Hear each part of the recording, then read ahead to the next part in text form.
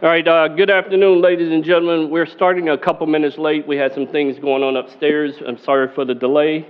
It's only a couple minutes, but we're going to go ahead and open this particular special meeting. Go ahead and call to order, and we will go ahead and stand for a moment of silence, and then shortly after that, we'll have the pledge.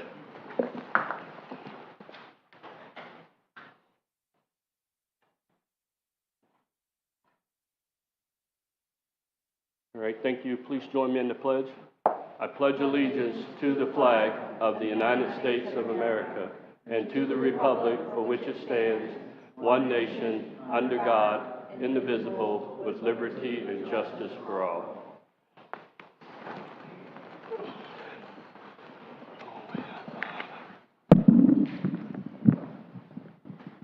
Madam Clerk, roll call. Mayor Jones? Here. Vice Mayor Nunn? Here. Councilmember Dixon? Here. Councilmember Dodd? Here. And Councilmember McPartlin? Here. Thank you.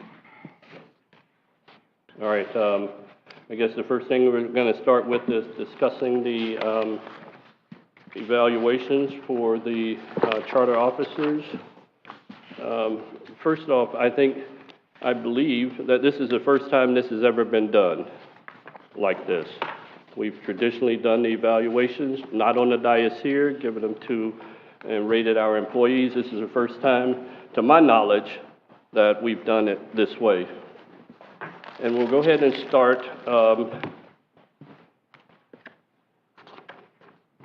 with the city manager, and I think what we'll do is we'll each do each one of them. So we'll start with the city manager. We will start, and each one of us will cover how we rated the city manager. So for me, overall, I gave Mr. Carlisle 3, his overall rating. One of the things I can say is, can Mr. Carlisle do a better job at what's happening here? I believe yes, he can do a better job. Should Mr. Carlisle do a better job? Absolutely. Mr. Carlisle, we need to make sure that the council is kept up to date with all information necessary for us to make informed decisions when we're sitting up here. I think there's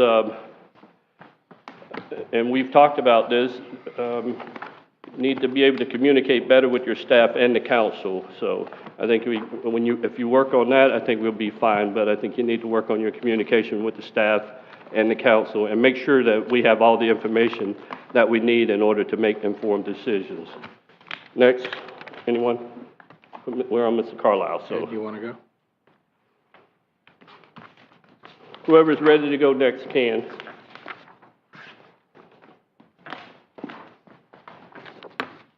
Ed, are you ready for Mr. Carlisle? No, I'm Okay. All right, Chris, go ahead. Vice Mayor? Yes, sir. All right, so obviously there's a few sections involved here, and I'm going to go through each section, write the notes that I had for each specific section. Relations with the governing body. Most of my numbers are from somewhere 4 3s and 3.5s. My notes on that is, I speak to Mr. Carlisle multiple times daily. Sometimes I call him, sometimes he calls me. I find working with him to be very easy. He gives me all the information I need to do my job. If there's something that I don't know, he calls me to tell me. I spoke to Mr. Carlisle about the strategic plan and why it went over budget, and he acknowledged that he is to blame for it going over budget. This comprehensive plan, the strategic plan started before COVID. A lot of stuff happened, it delayed it, which wasted a lot of money on this that would have been spent for better parts of the plan, but of course it got lost in 2.5 years of COVID, whatever that was. We did, however, get a very comprehensive city survey that gave us a great amount of information. I do understand when this plan was implemented, it was before COVID and before the annexation case and before the issues with 3 council members. Let us not forget COVID. While it didn't shut us down hard, it did shut down most things around us in the world. I do feel that the strategic plan vendor should have been better managed. I talked to Mr. Carlisle about this. The vendor obviously was not capable of handling a plan of this style. As far as the Stonecrop project, the increased costs were directly contributed to the massive increase of all construction materials during this period. The delay came from waiting for the FEMA grant, not from the city. As far as the solid waste contract is concerned, I do feel now, knowing what I know about the delay of up to 18 months for delivery of new trucks, that as a city, we should have went out for a bid a year earlier, not 1 year earlier. Actually, now I feel it should have been 2 years earlier, because in order to get trucks in 18 months, you would have had that discussion before then. Who'd have ever thought that would be the delay in getting trucks? Also, after talking to the other vendors, a couple of their issues for not bidding was information. In the existing contract, there was no mention of the city getting subscriber information, as that was deemed private data. Also, there were no penalties in the current contract. Both items were addressed in the new contract. The city manager made sure that both commercial and residential subscriber data would be provided to the city on request. Also, he made sure there was a 30-day cause for termination of contract and a 120-day no-cause termination of the contract without penalties. With the existing contract, there was nothing in there to give subscriber information. That was on the original contract that was written over 10 years ago by another city manager, another city attorney, and a different council. You know, it's easy to sit and say we should have done things differently. In 21, we should have went out for this waste management quote. There was no way possible for us to know in 2021 that we would have needed 18 months to get a new garbage truck. So how can you hold that against us when nobody knew that, including the companies themselves? So for me, communications in relation with the city manager are very good in both directions. I feel the city manager needs to do a better job communicating with any council member that feels it's lacking. And some of my scores being a little lower was related to that. Section 2, organizational relations. Fiscal management. I personally believe that as the city manager, he does an amazing job making sure the budget is completed properly and on time by working with his amazing staff and his Citizens Budget Review Advisory Board. The city manager and staff provides quarterly financial reports and brings any other changes to the council during those meetings. I will also talk to the city manager about where projects are and whether they're on budget or not. B, personnel management. It was mentioned that the city manager was at fault for the delay in the union negotiations with both employee unions. The biggest delay was because of a change in the unions by both organizations and what appeared to be a no desire to negotiate until the new union was in place. The city manager has no power to push or coerce the employees of the unions to negotiate without representation.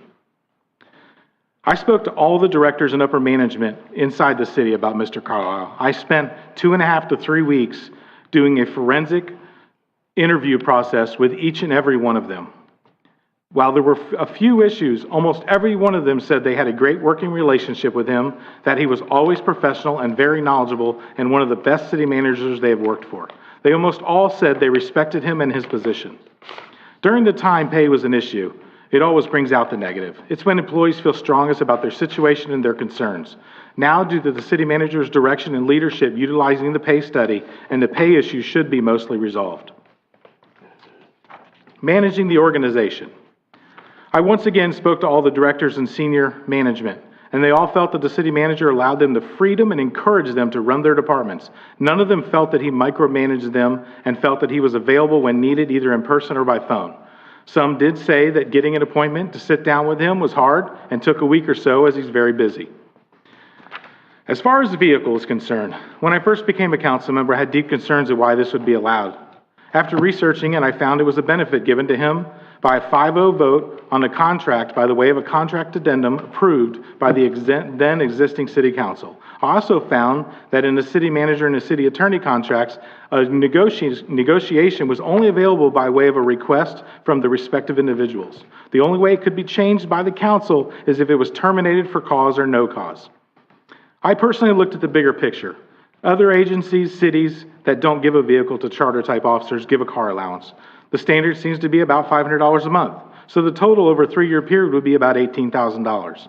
So the approximate $10,000 spent over the 3 years doesn't seem unreasonable. It seems reasonable. Now, that doesn't consider the cost of the vehicle, which has value as well. But that vehicle would still exist. We would still have insurance on it. The only other cost would be wear and tear. There's a cost associated to that, no argument. The original vehicle that he had was 7 years old. It had 128,000 miles on when it was replaced and put into the city carpool. Relations with the public. The city manager did have a situation at Captain Hiram's in 2018 where he was upset with the service. It wasn't alcohol related, it was upset related. There were some people there at the time. He did get upset. He felt he might have gotten too upset and apologized to the owners and to the council members at the time. As far as the neighbor issue, we don't live in an HOA. I have driven by the city manager's house as well. Quite frequently, and his house is maintained, yard mowed. Honestly, how he trims his bushes and trees are his business, not his neighbor's. We all have a neighbor that we don't get along with. Imagine if your neighbor went to your employer to try to get you in trouble because the two of you didn't agree on something. I have seen Paul in action with the public. He has a very good rapport with the business owners and the residents of this city. He meets with them as they request and listens to their concerns and ideas. He responds to emails from them in a timely manner with facts and empathy. The city manager and his wife have been in every parade since he has been here. They attend almost every large city event on the weekends here in Sebastian. He bought his house in December of 2018, by the way, 1 month after he was giving a 6-month extension. Yes, it took longer to find a house than originally anticipated. I can't imagine why buying a house would take a little longer sometimes. But the council voted 5-0 to allow that extension. He was given an additional 6 months. He closed, like I said, a month later. I believe he is invested in Sebastian. Yes, he spends a lot of time on the west coast of Florida at his other home with his wife. Imagine you and your wife both having highly professional jobs and having to live on different coasts of Florida for those jobs, doing your best to see each other on weekends. Once again, the vehicle was given by the council for personal use, unlimited anywhere in Florida. It is and was a benefit. How do you look bad on someone for using their benefits? If you have a problem with it and want to change it, talk to him about it. Find a way to change it through the council. What the city manager does on his time, if it's not illegal and doesn't affect the city of Sebastian, is none of our business. Relations with other governments. I know for sure that the relationship with the city manager that he had with the old county administrator was a good one, a mutually respected professional relationship. The issue with the county is both of their positions reported to an elected board of representatives, and how they interact with each other in those positions represented how they were directed to act. My hope is that with a new county administrator, the relationship will improve, but he will still report to the same board as the last county administrator. General comments. Accomplishments. Under Mr. Carlisle's leadership, the city moved to the MyGov permitting for permitting inspections. With the changes implemented in the building department, the turnaround for permits is 10 days, and the turnaround for inspections is either 1 day or same-day inspections. The city compound project and the $2 million grant to bring sewer and water to the airport and get those airport commercial entities off septic. Finally, he demolished the hotel on the west side of Indian River Drive, is planning a passive park on the east side. With his leadership, he completed the Fisherman's Landing commercial fisherman's loading zone area. Mr. Carlisle has led many grant projects, including the runway rehab project, taxiway alpha extension, the stone crop drainage ditch, $1.4 million grant, used ARA funding to design the Blossom Riviera ditch project, the Schumann Drive Conspan Bridge, and matching funds for the Concha Dam replacement. His leadership on the Stormwater Master Plan that the City Public Works Director is managing very well. This project went from roughly 230 data points in the past to over 2,200 data points, which include ditches, canals, and many other drainage components inside our city. Also including the 2019 state-required items that needed to be added for the state regulation for having to have a Stormwater Master Plan from the state. This is required to have a true plan that will show where the real issues are and how to deal with them, not just a plan to say you've got one.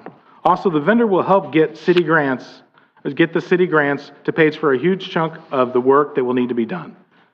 The 6-year road improvement plan is being prepared for council approval. The city had a few logistical issues with the vendor and was able to resolve those. So the worst roads are being dealt with first, but also dealing with the roads that can be recoded to allow them to last another 5 to 10 years. The city manager has driven the annexation of almost 2,300 acres of out parcels on the boundary of our city to provide mixed-use development, commercial and residential development. He assisted in recovering multiple hurricanes and is working on the funding payment from FEMA for debris removal, dock repairs, sidewalk repairs, and range netting on the golf course. The last accomplishment I will mention is the city staff is amazing. Our directors are the best. The city manager has an awesome team. an awesome team that works really hard for this city. Areas for improvement. Everybody's not perfect. We all have things we need to work on. I believe the city manager is a good communicator, but his schedule and interactions with multiple council members gets in the way of that with staff. I would like for him to try and better manage that. I know I'm part of the problem as I communicate with him frequently, all day long. I'll call him. I'm sure others are doing the same. I think sometimes the city manager is not as hard on non-performing employees as I think he should be. My personal opinion. I suggest a biannual or quarterly all-hands meeting at the compound and the city hall so the employees can hear what's going on in the city and ask questions. I think it would be good for them to see and hear from their leader. I would like to see a state of the city meeting, run like a workshop where the city manager lets citizens know what's going on in the city and be able to ask questions. I suggest making a bigger effort to have an all-directors meeting and not letting it get interrupted by council members and other people so that all directors hear what's going on in other departments to know how it may impact them and have discussion. Also to involve the other directors on projects happening in other departments that may affect them. I know the city manager is available at nights and weekends. He also works meetings after normal business hours. But perception is a destructive element. The perception is that he does no work at night on Fridays or Friday afternoons. He is a contract employee, and I know he works hard. But the comment that no other employee has some of the rights or benefits that the city manager has, well, no other employee is responsible for a $48 million budget, managing 188 directors and employees, including 12,000 homes and a police department. No one else is the CEO of this organization, and none of them have a contract with the city. So comparing apples to oranges will never work or come out fair. My last 4 pages that are in the evaluation, I won't go through. They are simply the Stormwater Master Plan synopsis and timeline, and also the Road Improvement Plan synopsis and timeline. Both of these projects are being handled by Karen Miller. Both of these projects are being handled very well. And if you need more information on what's going on with those 2 projects, I suggest getting a copy of my evaluation and getting those last 4 pages. I think you'll be impressed upon how good and amazing our Director of Public Works is. You know, it's easy to look and hear what people say and make your own decisions and ideas, but I work with him every single day. What I've said is what I see from my interactions with him every day. If there are other people that have problems, I feel that my job is to work with him. It doesn't matter if I like him. It doesn't matter if I like how he dresses. It doesn't matter. None of those things matter. What matters is he's our city manager, and it's my job as an elected representative to work with him under any circumstances. Because other words, I may as well not be here and helping do what I do in this city. So that's my opinion. This is my evaluation. Thank you. All right, thank you so much, sir. Who's up next? Mr. Dodd, are you ready yet? No? Ms. Dixon? I can go, that's fine. All right, very good. So I also did my evaluation, paying close attention to the scale. The 3 is meeting expectations, which means doing your job in the way you're supposed to. 5 being going over and above. So that's in part why mine may seem a little hard. Plus, I've only been on council since the end of November, and that's when we've had the issues with waste management and finding out about the strategic plan.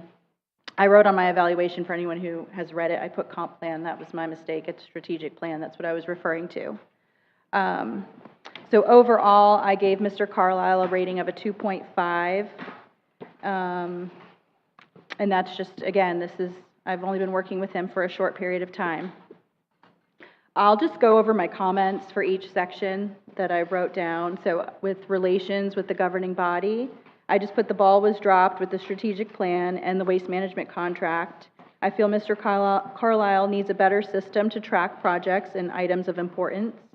I do appreciate the phone calls with the updates and his willingness to meet with me. We meet the Monday or Tuesday before a council meeting, and I do appreciate that.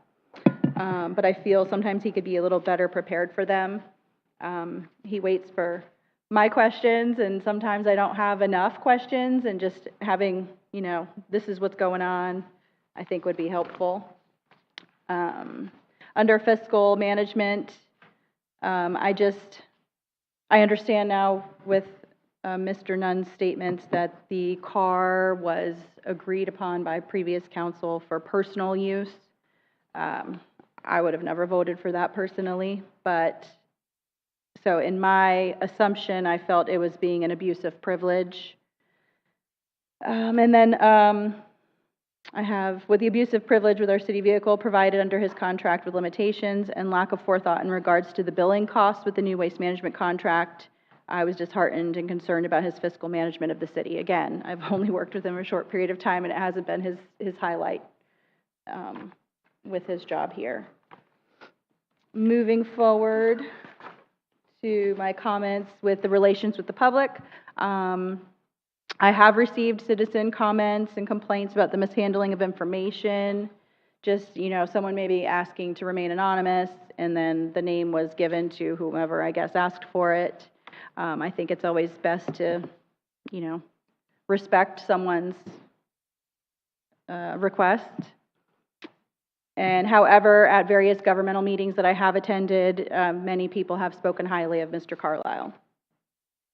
So my general comments is I would like to see a biweekly status update on projects and contracts, so similar to what Mr. Nunn said with like a State of the City meeting or an all directors meeting. I would like to see these updates like twice a month presented to council via email, just something, this is what's going on, so that we can be in the know and have questions ready. And I would like to see an organizational chart of current and upcoming projects or contracts with their deadlines and progress, next steps, etc. He has a big whiteboard in his office and also in the conference room adjacent to his office. And kind of having that visual up there, these are the big things that are happening in our city, it would be helpful, I think, for all of council, and then also a good reminder for Mr. Carlisle. So that is all I have to say. You've been easy to work with. You've answered my calls on Friday afternoons at like 6 o'clock when I'm in Sam's Club and an idea comes up and I give you a call, you answer. So I have no complaints there. Yeah, absolutely. All right, thank you. Mr. Dodd, are you ready now? No, okay. Mr. McPartland. I don't know how to start. I was ready to do the evaluation weeks ago when they were originally due. When I made my comments, everybody got to see my evaluation and what was written. And I've been attacked, but I'm not worried. It doesn't matter. I've worked for the Department of Children and Families for over 20 years. I've been spit at, chased with a bat, and one guy went to get a gun. So I'm not worried about any of that. I have never worked, I've been on this council for 12 years. Maybe that is too long. But I have worked so hard outside the scope of a council member's position in the last year. I'm exhausted, and people say I don't like Paul. I don't know where that came from. I made the motion to hire Paul 5 years ago. So I liked what he had. Phone records, okay? They say I don't communicate. He doesn't call me back or whatever is said. This is just in the last couple of days because I had a public records request for my personal phone records. I gave it willingly. Jeanette wanted to hire me. I got it to her so fast. Then they only wanted the calls between me and Paul. What this record shows, and it's available through the clerk's office, is that I called Paul more than he called me, according to my phone records. It's redacted, it's highlighted with the times called to him, and usually I initiated the phone call. This is it. Then they'll probably say, I redacted everything. This is what I gave the clerk's office. This has every phone call that I made from October 29th up until the end of March. And for me to have a communication problem, my wife said, who are you talking to? Because in the 5 months, I talked on the phone for almost 154 hours. Waste management, we'll get to that. A great city manager who I considered a mentor to me and almost a father figure, and we talked at least weekly up until the week he died.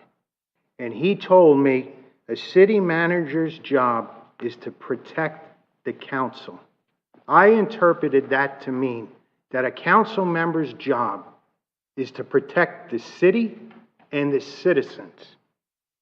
And for any council member to have to protect the city manager, I think that is ass backwards. The car situation, I voted on the addendum. And I can't say for sure because, again, it was 5 years ago. But I thought I had a conversation with Paul, and I thought he had told me it would go down south once in a while. And I'm waiting to hear what Mr. Dodd's interpretation is of that. But I did talk to a council member who she thought he would go down a lot more south, but not to the extent of what my public records request was and my ability to create a logbook. I asked the city manager, did you think that this car would be used to this extent? And he said no.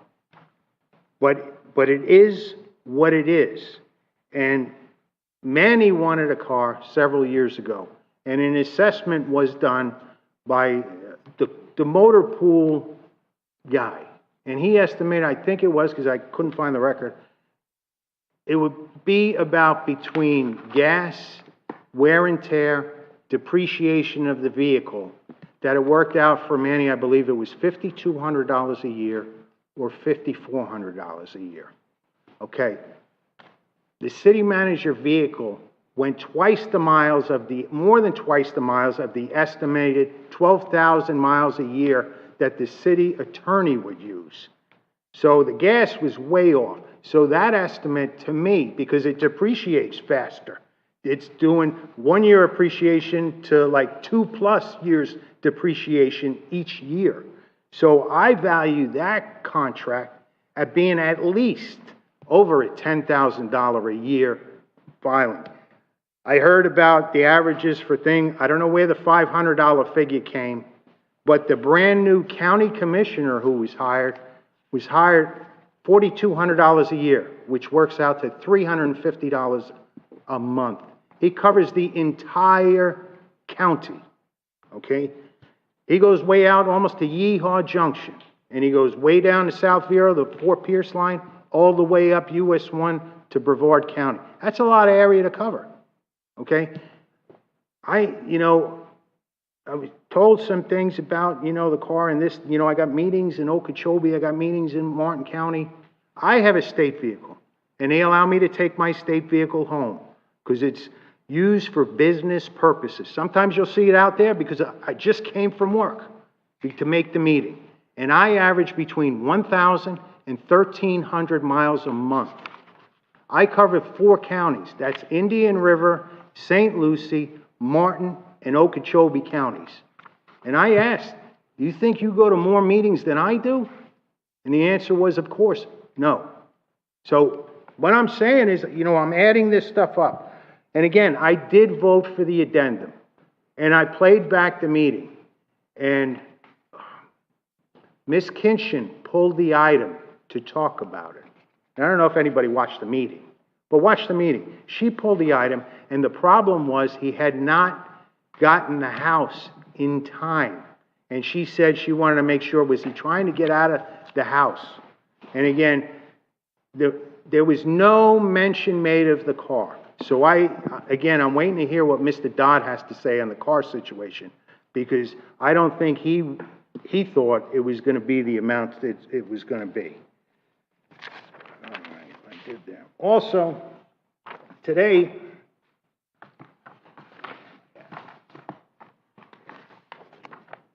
take one, pass it down. Okay, I asked because I know my own Department of Children and Families employee handbook, front to cover, okay? I asked for a copy of the city's employee handbook. We were at outlines, performance standards, everything like that. And, Jeanette made the public records request for me and came back, Jeanette, we do not have an employee booklet. They receive a benefit booklet in their contract. In the future, I hope to have one, okay? I gave them copies from Chapter 9 on. And it identifies the importance of evaluations, how to grade them, and what needs to be done if you don't meet them.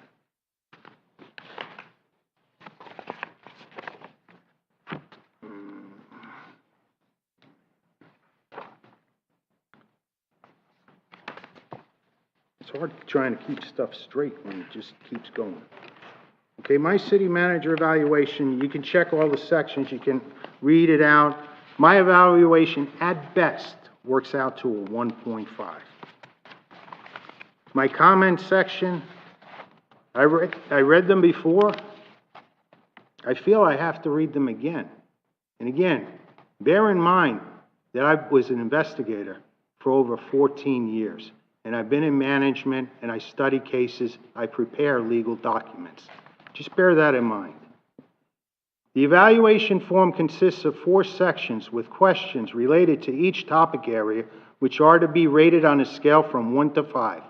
For purposes of this rating, a 3 means that you are doing your job and doing it well.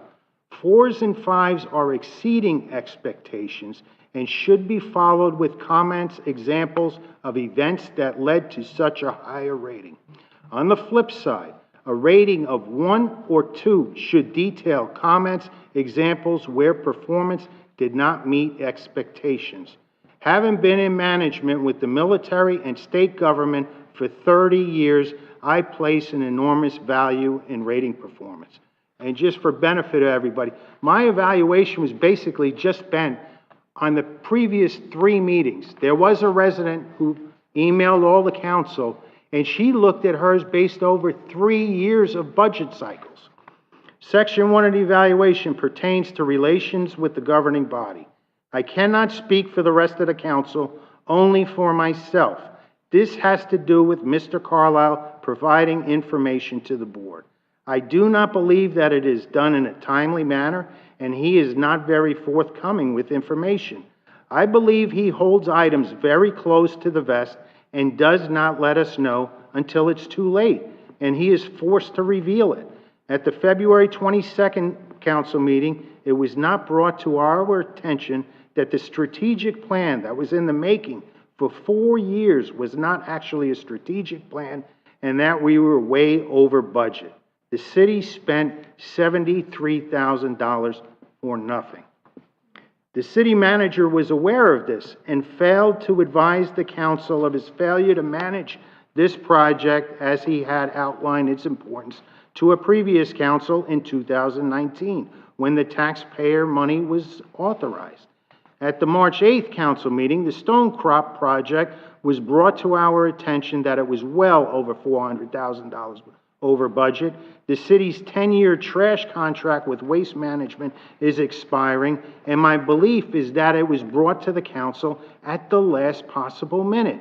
Had the city manager been more proactive, this item could have been brought before the council months ago. And at that time, if we chose to go to a universal option, we could have opted to request a bid for universal trash pickup, and Sebastian would have received bids from other waste management haulers. Sebastian is known as a subscription service city. Communication with the city manager is frustrating, to say the least. Every time I ask about any concerns for agenda items or progress of projects, it is all sunshine and rainbows, or things are out of our control. That goes back to the phone records. There's not a lot of phone calls. And the reason being is I don't believe the information that he tells me. Just 2 weeks ago, a citizen emailed all of the council about the possibility of looking into doing our own trash pickup. And of course, I got beat up about it. I'm insane. I asked to look into it. That's what I asked for. And I forwarded the email to the city manager on my phone, because I had to get a city phone, because I was not going to play games about somebody public records inquests about everything. And I emailed him, is this a viable option? Can this be done? Please contact Monty Falls, who's the city manager for Vero Beach. Ask him basically the good, the bad, and the ugly. Because I always look for the good, the bad, the ugly. I had a feeling he was not going to reach out. And after the council meeting Wednesday, I'm walking to my car, and he commented to me that he had a meeting with Monty Falls the next morning. Okay, he had 10 days. I asked for stuff. How am I supposed to respond? He doesn't do any of it. 2 weeks ago, there was also an email, he forwarded it to all of us, from Tim Glover of the Friends of St. Sebastian River. Again, this is all public record, so anybody questions it, it's there. And he asked, in the title of the email, can he visit the public works site at the airport? In the body of his email, he wanted to come out and inspect the public works compound at the airport. I spoke with Paul. He told me he wants to see the one on 512. I said, no.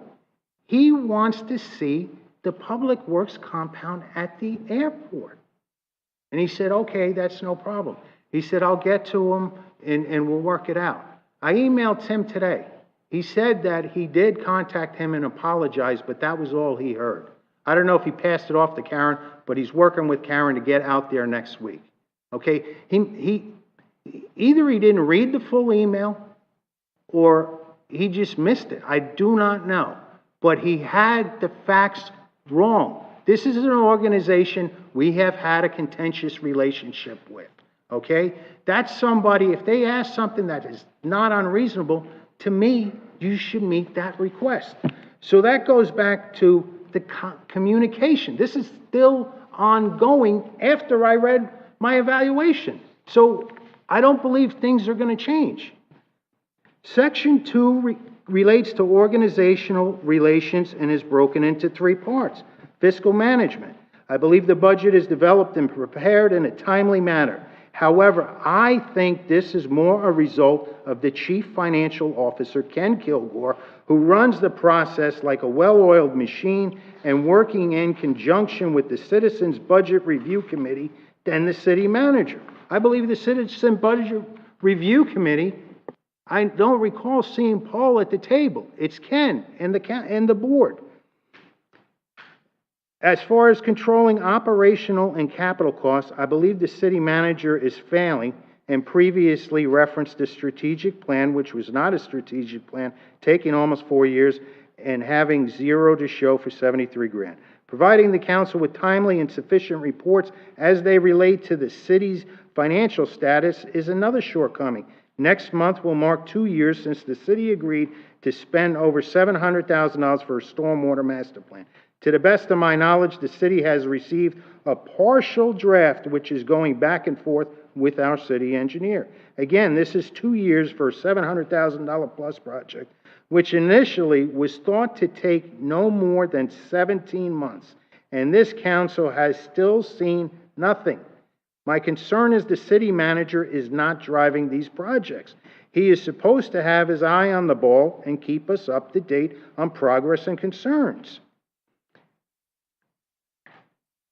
Personnel management is another area where I believe the city manager is lacking. We recently finished the negotiations with the police union and hopefully will be finalizing negotiations with the employees union. I understand that each entity recently changed unions in leadership. However, these negotiations should have been started long ago, as in when they changed the leadership, and set as a priority by the city manager once they were initiated, and continuous negotiations until finalization, not for as many months as it is taking. I have been a council member for almost 12 years, and prior to Mr. Carlisle, had never received any employee complaints about the city manager.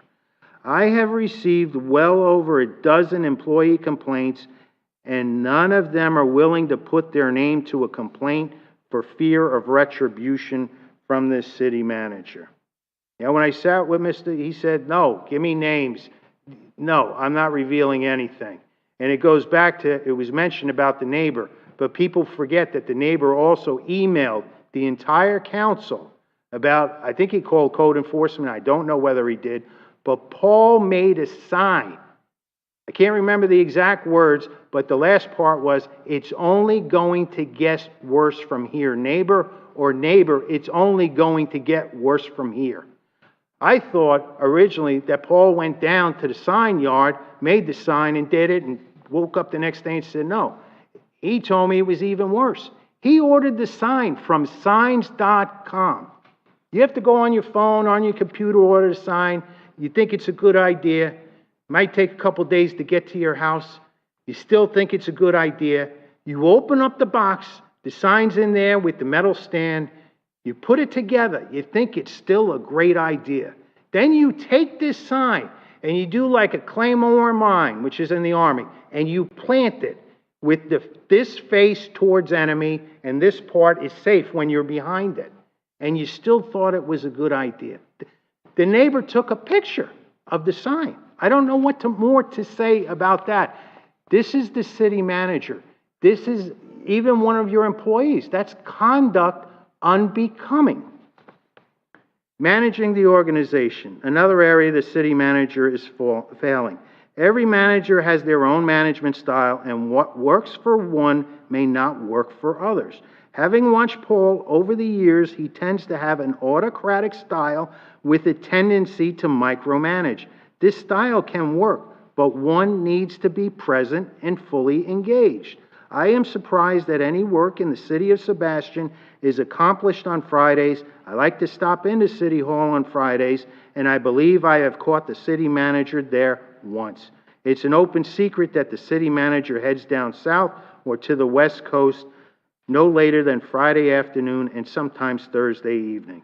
There appear to be two sets of rules for Sebastian employees. There are rules and expectations for every employee in the city of Sebastian, but they do not pertain to him. He expects the employees to be at their jobs and conducting city business, and yet he does not live by the same. The city manager has been allowed a city vehicle to drive anywhere in the state of Florida for business and personal use as an addendum to his original contract from November 28, 2018. There is no logbook associated with this vehicle. Through the public records request, I have attempted to develop a logbook for this vehicle.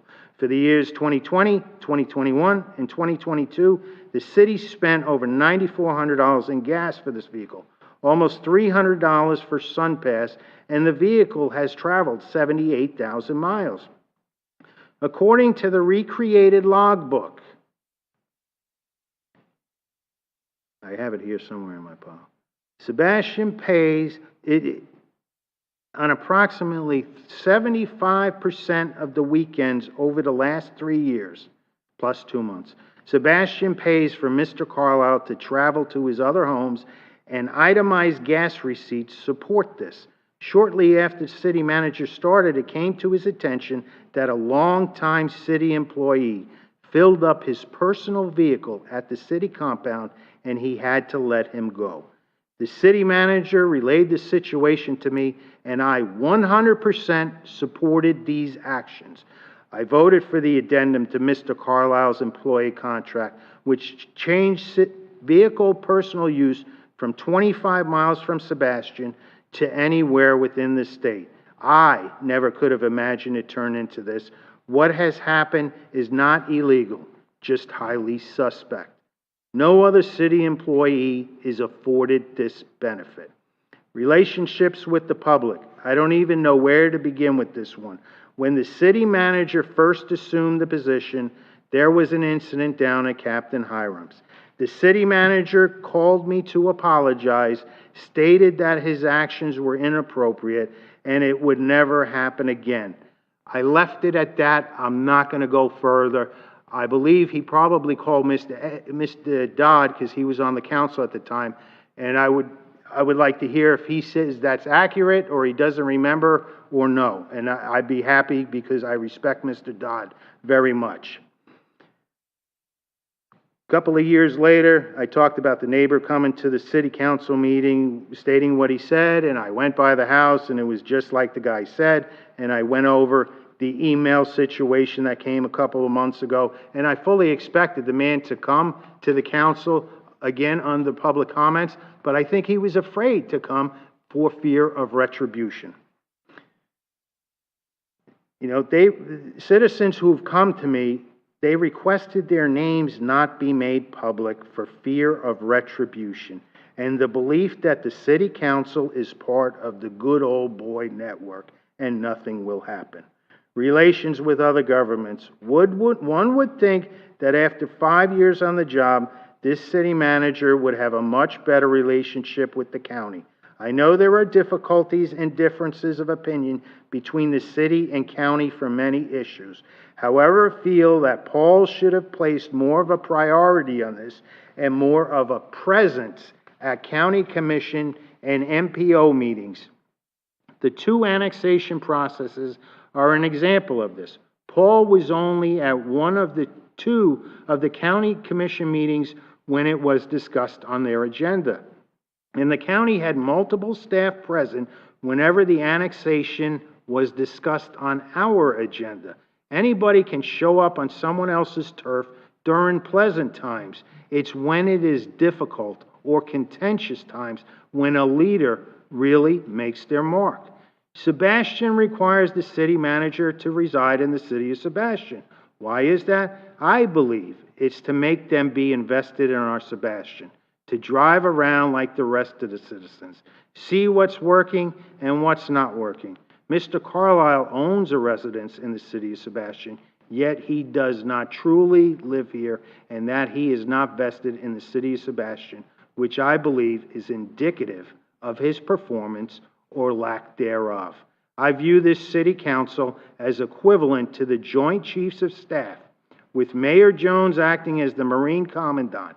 If that body had a commander who was failing in fiscal management, morale, planning, and relationships with the public, they would not leave that person in command or in a leadership position. If they had a leader who had one set of rules for the troops and another for himself, it would not be tolerated. Any one of the items mentioned is a problem, but the totality of these actions, behaviors, and attitude is way too much for me to continue to support Mr. Carlisle as the city manager for Sebastian. I also, because I had to meet with Waste Management last week to discuss the contract and what was going to happen. And after that thing, nobody said anything to me, but I had a thought in my head that something was going on, because they intimated to me that the county garbage is up in 2024, and I shouldn't say that, they are emailing the county commissioners each month to let them know, where are we at? And I confirmed this with one of the county commissioners, Susan Adams. She says, that is accurate.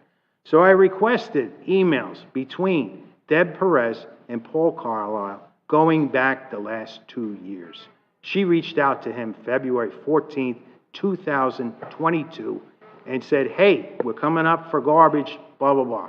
And then on February 18th, she actually sent him a request for a proposal for the next contract, which listed the options 1, 2, 3, and 4 are the items that we discussed.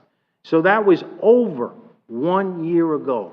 I don't know how far back I go, and I have told Mr. Carlisle that Sebastian is known as a subscription city. There's no money in subscription. All the money is in universal. And I was on the council when the contract was made with Waste Management over 10 years ago. And again, it expired June 30th of that year. The previous August is when they hold the League of Cities conference. And many of the council members attended that conference. And we were invited by all of the garbage companies out to dinners while we were down in Hollywood, Florida. And we got invitations from Waste Management, Waste Pro, and Republic. And they took us, I went to a couple of dinners, and Waste Management was one. Deb Perez was not handling contracts at the time, but Bob, who I believe invented the garbage truck, he was there, and he remembered being there. And I said, Bob, do you remember what I told you? And he said, refresh my memory, maybe, Bob. I said, okay, I told you guys, no matter how big the steak you bought me, low bid wins. And at the time, Waste Pro, thank God we didn't go with them, but they were the lowest bidder. But Waste Management sweetened the deal. They said, we're providing brand-new trucks on compressed natural gas, and we're going to make the line, build the line out to the airport. A couple of years later, the Florida Gas, they were not running it up Roseland at the time, and they wanted that removed from the contract. One of the council members on at the time, he was mad. He's like, Waste Management owes us $460,000 for not doing it. I'm like, let's relax. It's not doable. I understand that. I have supported Waste Management every time. I have absolutely no problems with their service. I just think we as a council deserved better options. And I wish that people, they take a little piece of what I say and they turn it into something. So whoever hears this, I hope they know everything that I did that went into the evaluation, and I did the unpopular thing, I feel. And I'm glad that some council members, they have items, but I'll leave them at that. I'm done, Mr. Jones. All right, thank you so much. Mr. Dodd? I kind of finagled my way into being last. Let me turn this thing on. I finagled my way into being last because I've read the evaluations and I've seen all the information, and quite frankly, anybody who wants to look at my evaluation can read it. It's available in the public sphere. We all have, all five of us have different relationships with the city manager. I can't dispute any of the things that were said by Mr. McPartland, and I can't dispute any of the things that were said by Ms. Dixon or the mayor. I'm not going to dispute anything that was said by the vice mayor because he just gave a chronological history of what's been going on, and I think, you know, he probably hit everything right on the line. Boom, boom, boom, boom, boom. I have had the same issues with the city manager that Mr. McPartland has had, and that the Councilmember Dixon represented. I have had conversations with him about that. I mean, I think our relationship maybe is more. I don't mind going to his office and telling him he's an idiot, and kind of getting in a conversation with him about the things that I think he needs to do. There's been several times that I've actually finagled my way into meetings between him and principals. Annexation was one. The waste management issue was one, in which I thought that the outcome was not going to be what I would like to have seen for the city. So I don't have an issue with finagling like that. The points that have been brought forward, and I guess let me back up a little bit. I've been in senior management for a long time. I've evaluated executive vice presidents and vice presidents, and I've reported to a board of directors and had a board of directors have almost the same kind of intervention that's happening right now. We can call this what we want to call it. It's really an intervention with the city manager. Okay, no matter what we want to call it. I've had these. I've had a board of directors sit down and tell me all the bad things I've done, and not even want to talk about the good things. And it's very difficult and it's very hard to hear, but it's the way it is, and sometimes it's the way it has to be. There are issues, in my opinion, that we need to focus on, but you don't give up on a senior employee whose performance is, in your opinion, needing improvement in certain areas just because of that. You work with that employee, with that senior employee. You work with anybody. I don't care who they are. If they're the janitor in the building, if they're not sweeping the floor right, you try to teach them how to sweep the floor. You try to get them in some way or another to do that. I think that there are steps that we need to take. I do agree with the issue of, and I think the way I worded it with the city manager when I talked to him about this, about the evaluation, is you try to do too much. Some people view that as being controlling or whatever, but I think, quite frankly, it is of my opinion that there's three reasons that that's done. One is you do want to control, one is you don't trust the people you have to delegate to, and one is you don't have anybody to delegate it to. And I'm hoping that the third one is the issue, and I'm imploring this council to work to hire additional staff. The city sorely needs middle management people that are qualified project managers and can actually take on a project and can perform those projects. I agree 100% that in January of last year, we knew that this waste management thing was going to happen. February of last year, we knew that we were going to get a bid from Waste Management, which was probably going to be the predominant bidder that included Universal and a rate for Universal that might be very positive. At that point in time, a qualified project manager would have figured out all this stuff. We would have known by September that we couldn't put that on the tax rolls if we didn't do it by January. The qualified project manager would have found out that stuff. Okay. And by not having someone or not accepting the people you have to delegate to, it creates those situations. And that's the problem. When you're looking at a senior manager, you're not necessarily looking at someone who performs the task. You're looking at someone who provides the resources to get the task performed. And I think that we have a responsibility. This council, myself included on the council, have for 6 years been drumming rollback, rollback, rollback, rollback, rollback. Right now, the city has 3.5 employees for 1,000 residents, I believe. Vera has 7, some number greater than that, okay? We had 11, I think, before the 2008 drop. 8? We had 8 before the 2008 drop. So what's happened is, in the quest that the council has gone through to try to continually cut back on taxes, we have created a situation that makes it more difficult for me to be, like I'm saying, I don't disagree with anything that Councilmember McPartland is saying about the issues that we're facing right now. But it makes it much more difficult for me to think that it is just the city manager's fault that those things occur. I have to take some responsibility as well, okay? I did vote for the all-state use of the car. And I will admit that I was under the impression that that was being done as a stopgap because the city manager was having an issue finding a house here, and I understood that. He was looking for a house here at the time in which property was starting to elevate in value, and I was under the impression that that was more of a stopgap issue instead of a permanent issue. And once again, I have to admit that part of my fiduciary responsibility fell off the wall because I never went back like Mr. McPartland did and checked on it. I did do that with the strategic plan. I actually found out from staff about what was going on, and so I went back and asked for numbers, and I found out that where it was, and I was the one that brought the council canceling that strategic plan. I will also say that in January of last year, I had a meeting with the consultant and with Paul and told them they weren't producing a strategic plan. I've been involved in that, and I told them they weren't producing a strategic plan. So he was getting what he wanted from that, and he got some good information out of that, okay?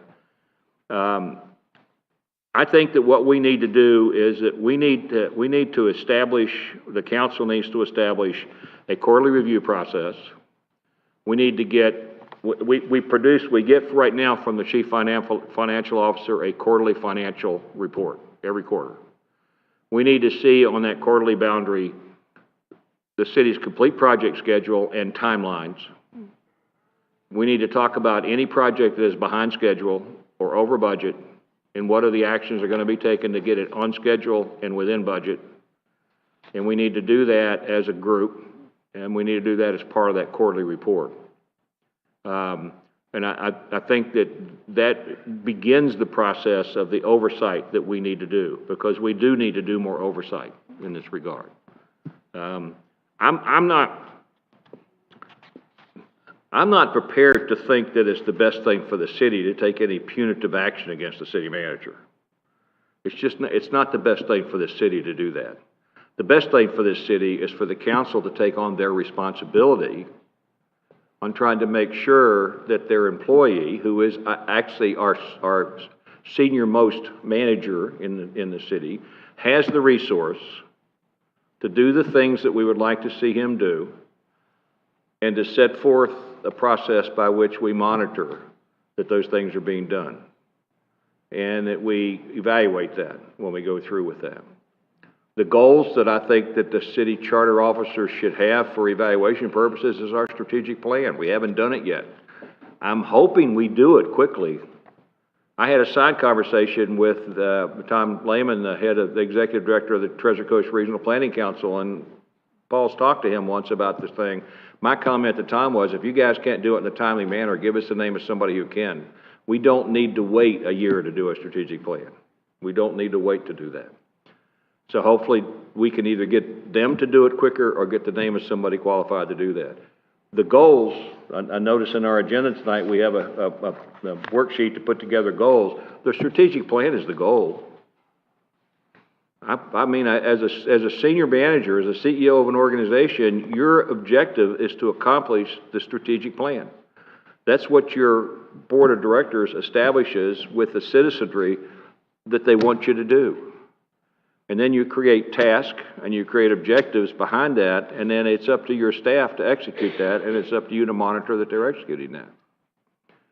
So I think that the issues that have been discussed are not invalid. I don't think anybody out there should be upset that they're being talked about, because they need to be talked about. I think that we should set forth a process by which we attack those issues, and then we take some time to see what happens, to determine exactly what takes place in that. I will tell you, I think the mayor's going to open this up to public comment, I believe. I'm not 100% sure, but I would like to say to anybody out here who comes up and makes public comment, if you want to talk about what is being done or not being done in the city, I think that we'd love to hear from you. But if you want to come up and talk about things that are potentially, personal disastrous or whatever, I look around the room, how many people in here have not said something to a waitress someplace in a restaurant at some point in time in their life, okay? I don't want to hear about that kind of stuff, I had a conversation with Mr. Carlisle the day after that email came out with that sign in his side yard about how stupid it was. And that was the exact words I used when I said it to him, how stupid it was. And he understood that. He said, I agree. It was a mistake. I shouldn't have done it. Okay? And I can understand sometimes people get carried away like that, and they need to correct that kind of stuff. But I don't think we need to go overboard. I think we need to address the things. I will tell you the one thing I disagree with that the vice mayor said, and the thing I disagree with is, if there is an issue between a city manager and a council member, it's the city manager's responsibility to try to fix that issue. It's not the council members. So if there is an issue between Mr. Carlisle and Mr. McPartland, then Mr. Carlisle needs to try to figure out a way to fix that issue. That's his responsibility. It's not Mr. McPartland's responsibility to do that. I mean, I can't tell you how many times, if anybody on the board of directors I reported to, if I told them that they were responsible for getting along with me, what they would have done. Okay? They would have informed me just how badly they didn't need me around if I had done that. It was not their responsibility to get along with me, it was mine to get along with them. And it was mine to make sure that I took care of covering over any issues that may come to bear between me and them. We're kind of like an executive committee when you think about it. Most boards in a business world are made up of a lot of people, and they're broken into committees, but the executive committee actually manages the CEO. We're kind of like the executive committee. There's a special relationship that has to exist between the chief executive officer and the executive committee, because they can fire him. So the special relationship that has to exist, it has to be built on mutual trust. It has to be built on mutual trust. And I think that we need to rebuild that mutual trust between some of us and the city manager, and I don't think we need to do that through any type of punitive action. I think we need to do that through positive management action. This is what this is, a management problem. Let's attack it as a management problem, and let's work it as a management problem, okay? So that's all I've got to say. All right, thank you, Mr. Dodd. We're going to move on to the next one on our list, and that we would go ahead with the city clerk. And, Are we gonna do them all and then public yeah, input? yeah. Okay. Yeah, we're gonna do them all, and then we'll have public input. Again, the city clerk for me, it's just awesome. She does, her and her staff does great things, keeps us up to date on everything. Her overall rating from me, is a 5. And, you know, all I can say is everything is there. Jeanette takes care of us very well, her and her staff, so, we never have to want for anything, when we get prepared for, FLC conference or anything. She makes sure we have the packages and everything that we need to attend our meetings and our conferences. And, she has all the paperwork prepared for us for our, anything that we need. So, that's all I have to say is a rating of a 5. Jeanette, overall, we've talked about this, and thank you and your staff for everything that you do for us on the council. Next. Yeah, I'll go Mr. next. Nye. So, I'm just gonna read the comments and overall. Jeanette is an amazing, thorough, and alert clerk. I'm completely pleased with the daily dealings I have with both Jeanette and Kathy. It is very obvious that Jeanette sets the tone for professionalism in the clerk's office. Office management and professionalism. The clerk's office is top-notch, always performing at the top. After talking with Jeanette and Kathy, it is very easy and apparent that the only thing that could be better is getting Jeanette to speak more, because she doesn't like to speak publicly. Relations with the public.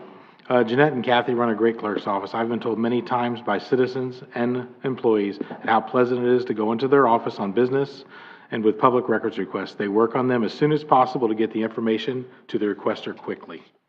Legislative and legal relations. There's never been an instance of a needed document that wasn't available. Usually Jeanette knows exactly where to go find it, and she has a very good understanding of municipal law and how it applies to her position. My general comments: over the past few years, she has had to plan a special election along with the regular ones flawlessly. Oh, I made that too small. She administered a charter review and designed the ballot and the 3 selected questions and a handbook for easy reference. She updated the board and the committee handbook. She's currently working on the Centennial Task Force and gathering all the information for that committee. She has a very small weakness, and she's working on getting her minutes shorter.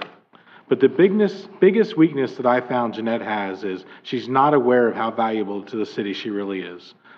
She is an amazing employee. She works really hard. She's always pleasant.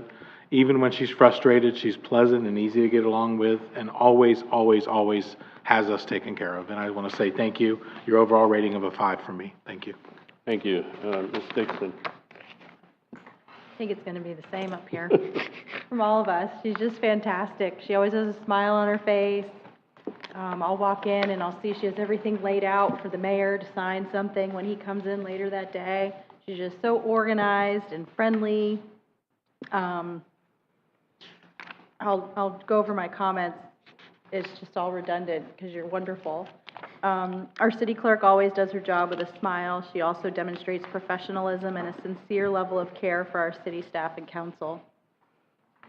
As it comes to the office management and professionalism, our city clerk is very organized and keeps the office productive and welcoming. She decorates for every holiday. She doesn't have to, but it just makes it a, welcoming place to come and get our work done. She quickly provides any requested information and offers insight and guidance when asked. And I gave her a 5. She's always very helpful, providing all information, especially when I started on council. She had everything laid out. I left with a big stack of books and papers, and knowing that I could ask her any question at any time. And she graciously keeps us informed on inquiries she's received, so we're knowledgeable about all areas of concern, and she gives 100% to every task. And that's just wonderful. All right, thank you. Mr. McPartland. Just another one, I don't know where to start. I'd like to actually revise my evaluation, and she should be a 10. I gave her all 5s, and my wife's in the audience, and she loves Jeanette too. But I appreciate what you do for this body. And people don't realize is that I've been up here 12 years. I worked for another city clerk, and Jeanette was in the wings. So she's kind of like my baby, and I've seen her grow. And it's just amazing. And I wish I had wrote more on you, but, you know, it only let me go to 5s. But in relations with the governing body, you're conscientious and proactive. I have had the pleasure of working with Jeanette for 12 years. I couldn't imagine a more thorough clerk. And like you'll hear, the way you prepare things, it's so much different working with the city than working for the state. And the way you detail stuff and lay out agendas. I have a very good administrative assistant for the state, but the way you do things is just, it defies logic. Your office management and professionalism, all 5s. Jeanette and Kathy run an awesome office. I mean, I don't know how much more, I mean, even when you went through the contention that happened for about 9 months, and there were multiple, because I made multiple public records requests, and they were like done within hours, and I know I wasn't the only one. So the incredible task that you went through, it defies reason how you were able to do that, as well as then, you know, the time during COVID, because we had those things, because we had the anti-mask people and we had the mask people, and the incredible task it was taking on you for these public records requests, because either group was trying to find something that was done that they could, you did this, you did that. And I remember having a conversation with you, and I talked to you about you should get with your other city clerks and ask them, what are they doing with all these public records requests? Are they just giving them? Are they giving them? I know you're faster than the other clerks because I work with other clerks. And to have like a united front that we're going to give you the reasonable records, but because you also have the ability to charge a reasonable rate for the amount of time it took you to get those records. And you were right on the phone with all of you know, the county, the cities, and that way, you know, you were all in unison, you know, because I didn't want them saying, oh, Sebastian charges, the county gives it for free, and this one gives it for free. So, I mean, you took that, and you followed that, and you do that now. You know, you lean on your compadres in other cities. Relations with the public, all 5s. 12 years, I never heard a complaint about Jeanette or her office. Anyone who has had contact with her is always complimentary. And I mean, I refer people to you, and they actually call me to say how precious you are. I mean, everybody, I say, call Jeanette. Anybody who wants to apply for a board, they talk to Jeanette. They call me. They don't got to call me. And they're like, she is the nicest, most thorough individual you could possibly have. I mean, you have taken on this centennial project. I know you live in the other county, but you are Sebastian. You're everything that's great about Sebastian. Legislative, legal, you know, all 5s. Again, you know, the agendas are put together. You get them delivered to my house, because I like digital, but I like paper in my hands more, and you provide that to me. And then the general comments, A++, you keep the council straight, and then we have talked about that, and you have thought about that, and the plan of succession in your office. But I'll do you like Ken, you can't leave until you die, you know, but you have been with the city a long time, and I know you're thinking about it. That's my only concern, and it's not yours. It's just mine. But I thank you very much, Jeanette. All right, thank you, sir. Mr. Dodd. If I say too much about Jeanette, my wife will probably get jealous, so I'm going to have to be careful about how I do that. But she's a treasure for the city, just like Sally Mayo, her predecessor, was a treasure for the city. I mean, since I've been involved with the city of Sebastian, we've had the opportunity to have 2 great city clerks.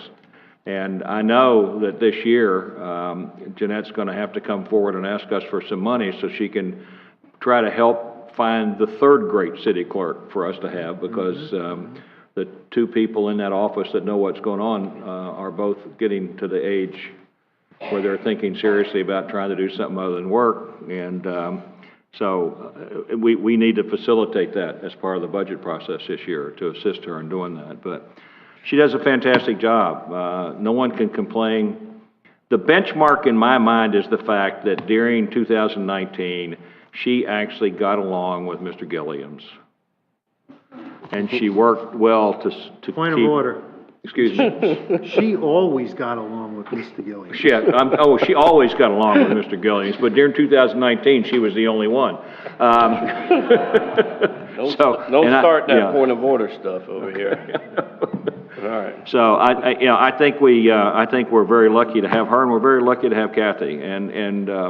Except that Kathy uses curse words and says no when I say you want to be the city clerk. So we know that we're going to have to come up with somebody else to take that task on. So, but the city's very lucky to have her. So that's it. All right. Thank you so much, sir. Next, we're going to move on to the city attorney. This is looking in...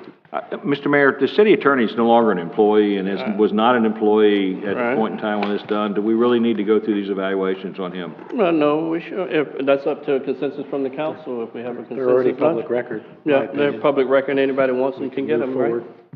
Okay. All right.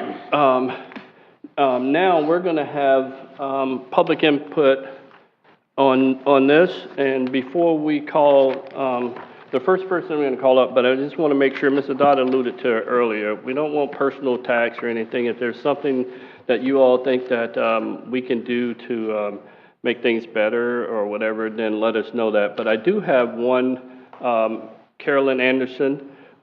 She has a speech problem, and she's written out her statement. So I'm going to have her come up. She's going to come up, and then I'm going to read it for her. Mr. Jones, if I could comment as well, is that also when the public comes up to speak, and if we feel that they said something incorrect, that we wait for all of the speakers to go and then make our comments wherever we thought that somebody was incorrect on a matter, or maybe they didn't have the whole truth, because some people are, yes, misinformed, but I don't think we need to directly respond to them right away. You can do it at the back end. They don't feel... It's very intimidating coming up here. If I had one idea for future councils, this dais should be lower, and our head should not be higher than the speaker's head, because it is very intimidating, and I felt a little bit the other night that some of the people who came up to speak, it was in an unwelcoming atmosphere, and I don't want that. I want everybody comfortable here, speak their mind. I may not agree with you in my head, but you're allowed to talk. You're allowed to vent.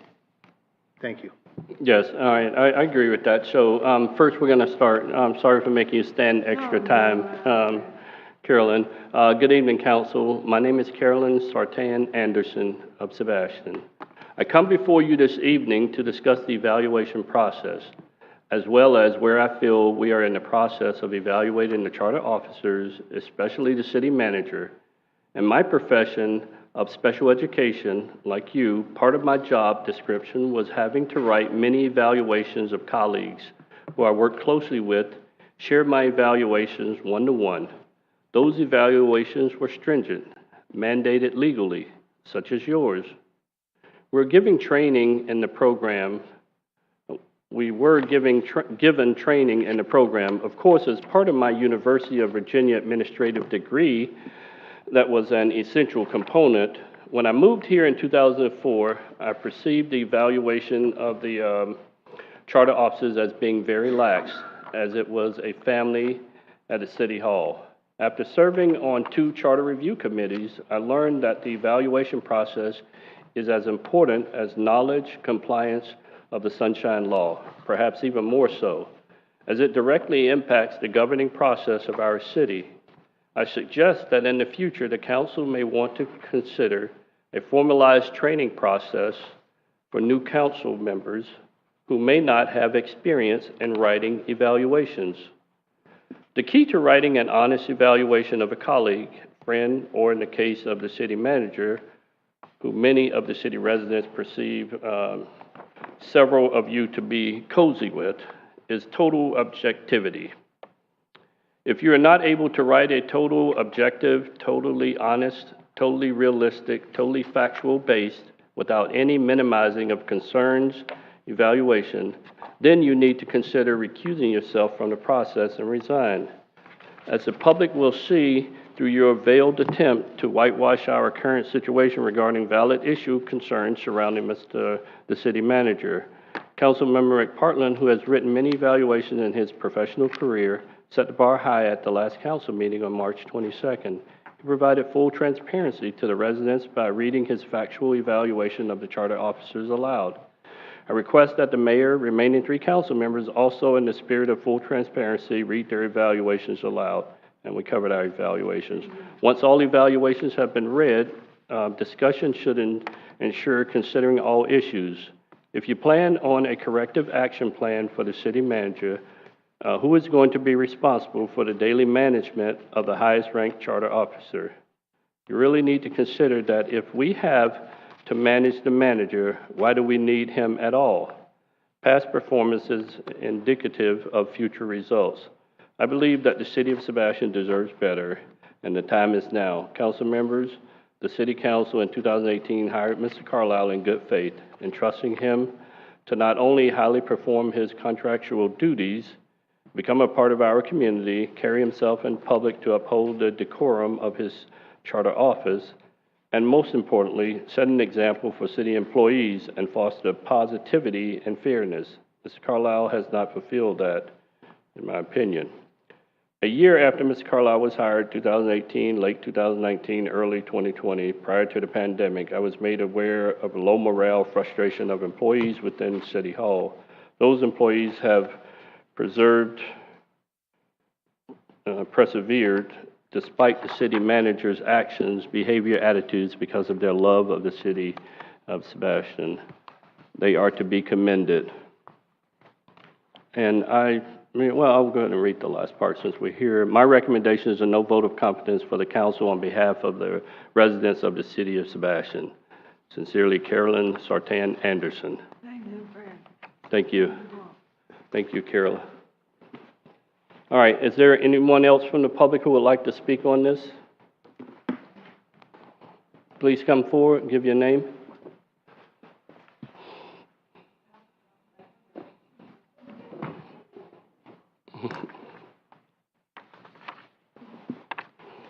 Good evening. Sherry Matthews with Sebastian. I just want to, this is the first time we've gone through this, so I kind of just wanted to give a few things of what I've gone through over the years of doing performance evaluations and grading, and just to remind them, you know, when you're moving forward, to maybe some things that you can think about. The original concept behind a council manager form of a government is to separate the policy-making functions and the elected council. I'm going to pull this up and read this the way I should because I can't see it, to be honest with you. From the administration functions to be directed by the city manager. Without a clear understanding of functions and roles as documented in the charter, administrative code, ordinance, etc., performance evaluation is of little value.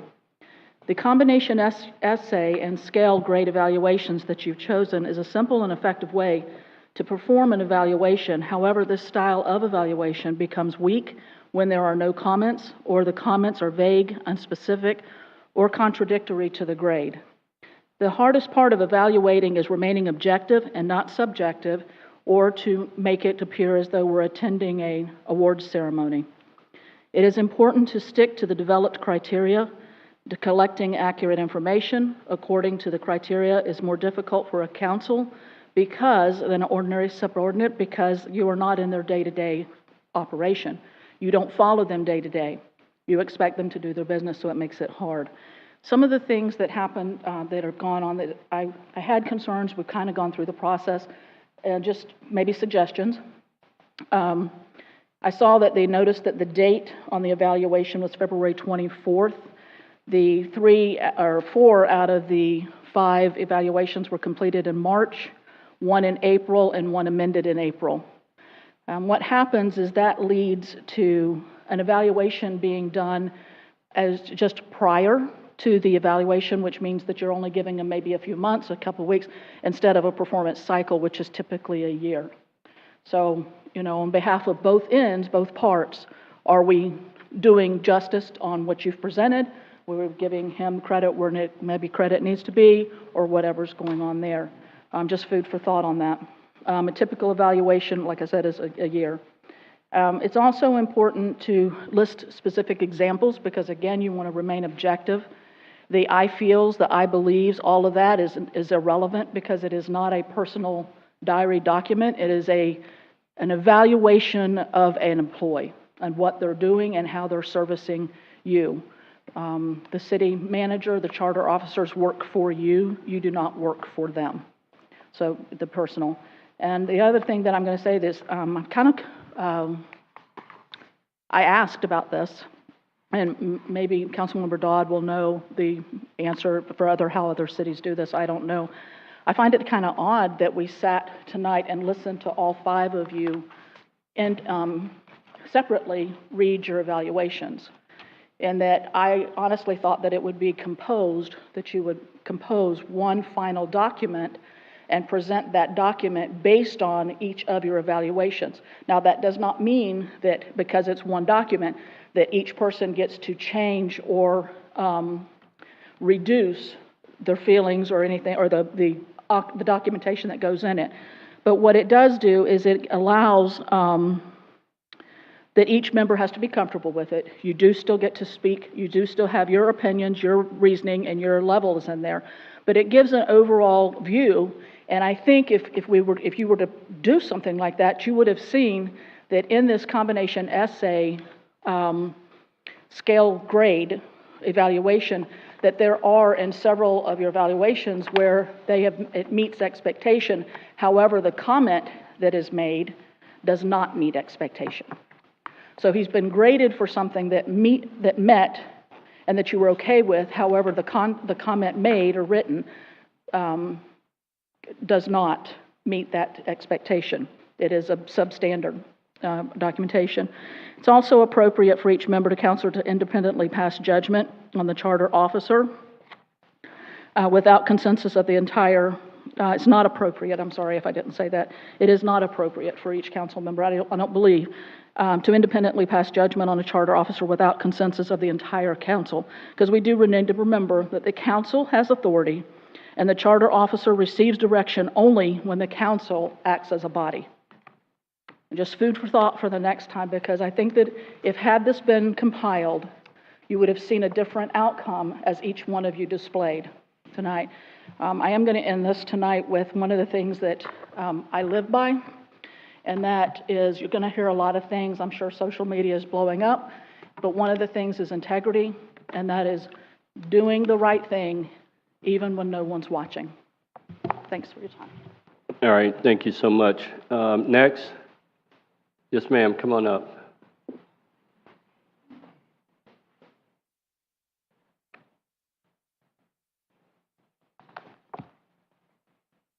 Hi, Andrea Ring, and I live in Corey Lane. I have been in management myself. I have had 2 supervisor, 6 program analysts. I worked for the state of Virginia as a contractor, and these analysts reported to me. I signed their timesheets. So I've been in management a little bit. And I can tell you that if you start making excuses for people, you are only encouraging bad behavior. And this manager has definitely shown bad behavior. He has not met expectations, and he is causing all of you to look very bad. Last Wednesday's meeting was very bad, and that was city manager's fault. He made you look like you did not know what you were doing. That, and all I can say is that the predictor of future expectations and future behavior is what he has done in the past. The past will predict the future. I leave it all up to you. My feeling is we should be dismissing the city manager. Jeanette's a doll. Thank you. Bye-bye. All right, thank you so much, ma'am. Is there anyone else?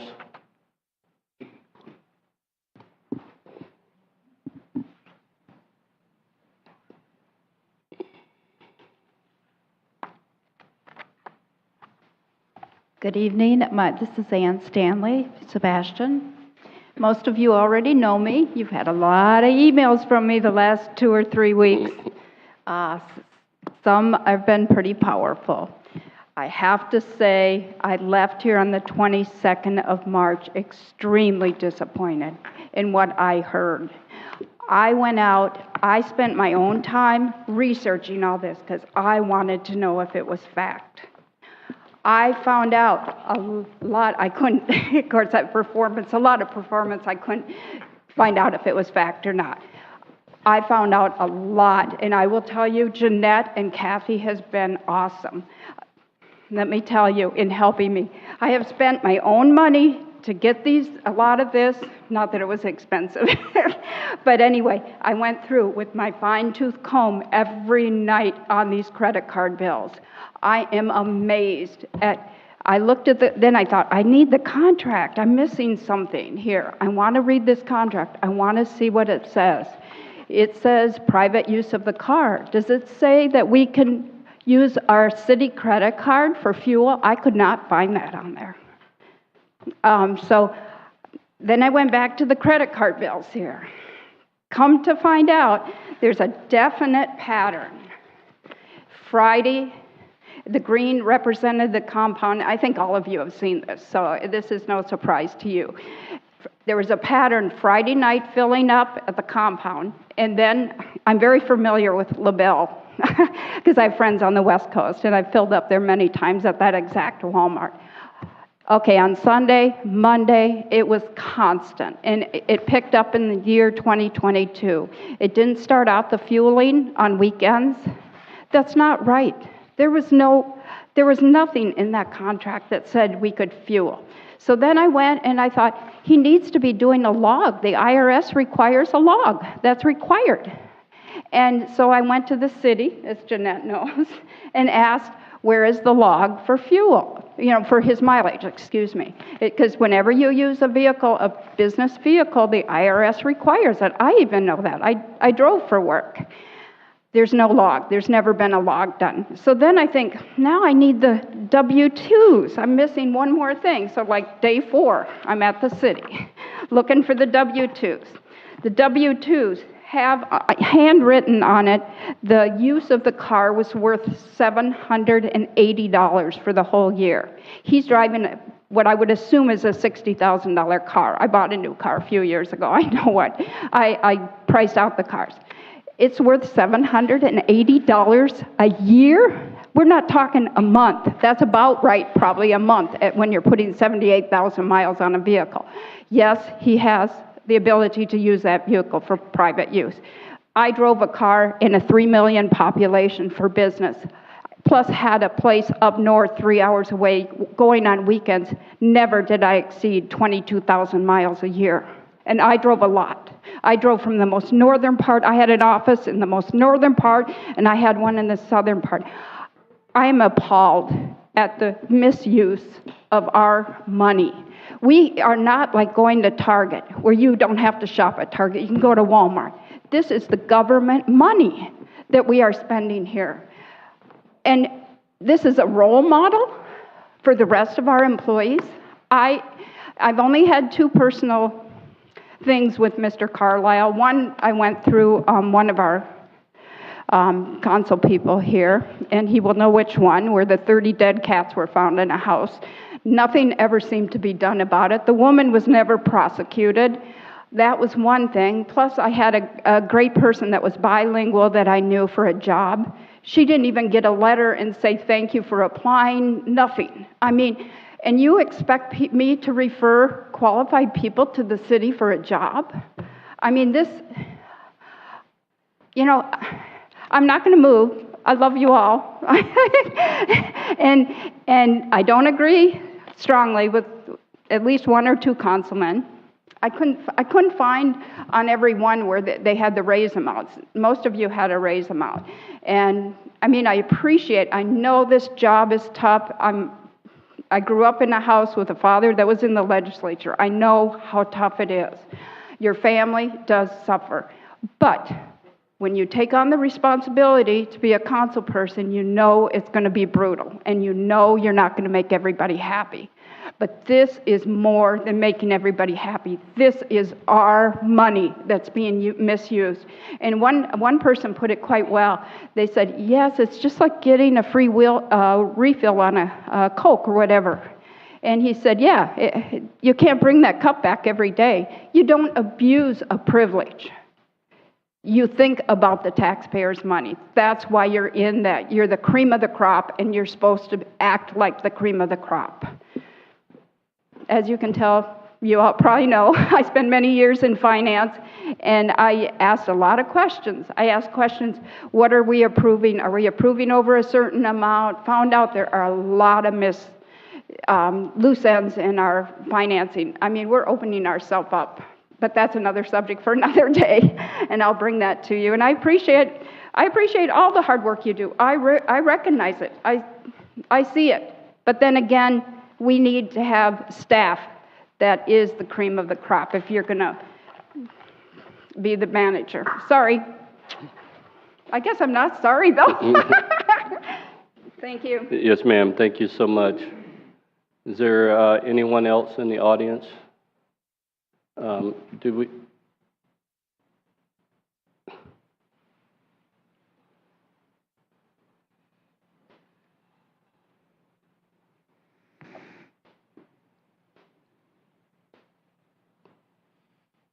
Bill Flynn. I know when they got the last vehicle for the city manager, he asked for a trailer hitch. And the answer that was given back to the vice mayor, the reason because in case the city employee needed to tow a trailer. And I was okay with that. But recently I heard that the city manager's boat was brought to the East Coast from the West Coast. And I have to assume that it was with the city vehicle. And I'm not sure if that was what was intended when Mr. Dodd and Mr. McFarland approved his contract. I'd also like to know if he'd be willing to renegotiate that part of the contract and reimburse the city for the fuel that he's used. And I certainly think that the vehicle is worth more than $750 a year. I'd be interested on how you all are going to handle that and how Mr. Carlisle feels about that. Thank you. All right, thank you, sir. Do we have anyone else in the audience? Do we have anyone on Zoom? Yes, sir. We have 3 people. Okay, very well. Bring the first one in. Andrea? Hi there. Can you hear me? Yes, we can. Wonderful. Thank you. I've had the opportunity to read all 5 charter officer evaluations for the city manager. I personally want to congratulate Councilmember Dixon for having done such a great job and only been on the job since November. That was an excellent, excellent first try. So thank you very much for doing such a good job. Council members Dixon and McPartland were very, very honest with their assessments. They didn't compromise their integrity by whitewashing and excusing bad behavior and poor performance. As far as I'm concerned, everyone else is just an enabler.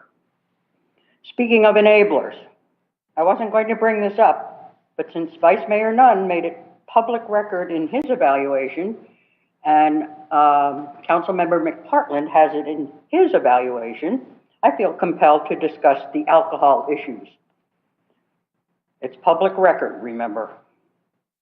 According to Vice Mayor Nunn, quote, the city manager did have a situation at Captain Hiram's in 2018 where he was upset with the service, as were some other people there at the time. Vice Mayor Nunn, you make it sound like he just didn't get his beer served in a timely fashion, when in fact, Mr. Carlisle was cut off for having too much to drink that night. He was drunk. If that had been the end of it, I would not be bringing this up. It would be personal business, and it would be inappropriate for me to bring this up. However, he didn't end it there.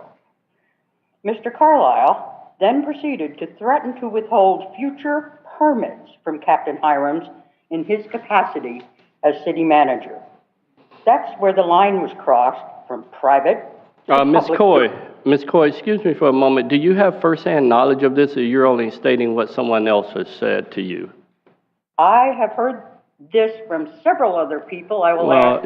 But we're not going to have the personal attacks based on somebody else's information. If you have firsthand information, that would be great, but you're not going to be attacking somebody personally about second and third-hand information.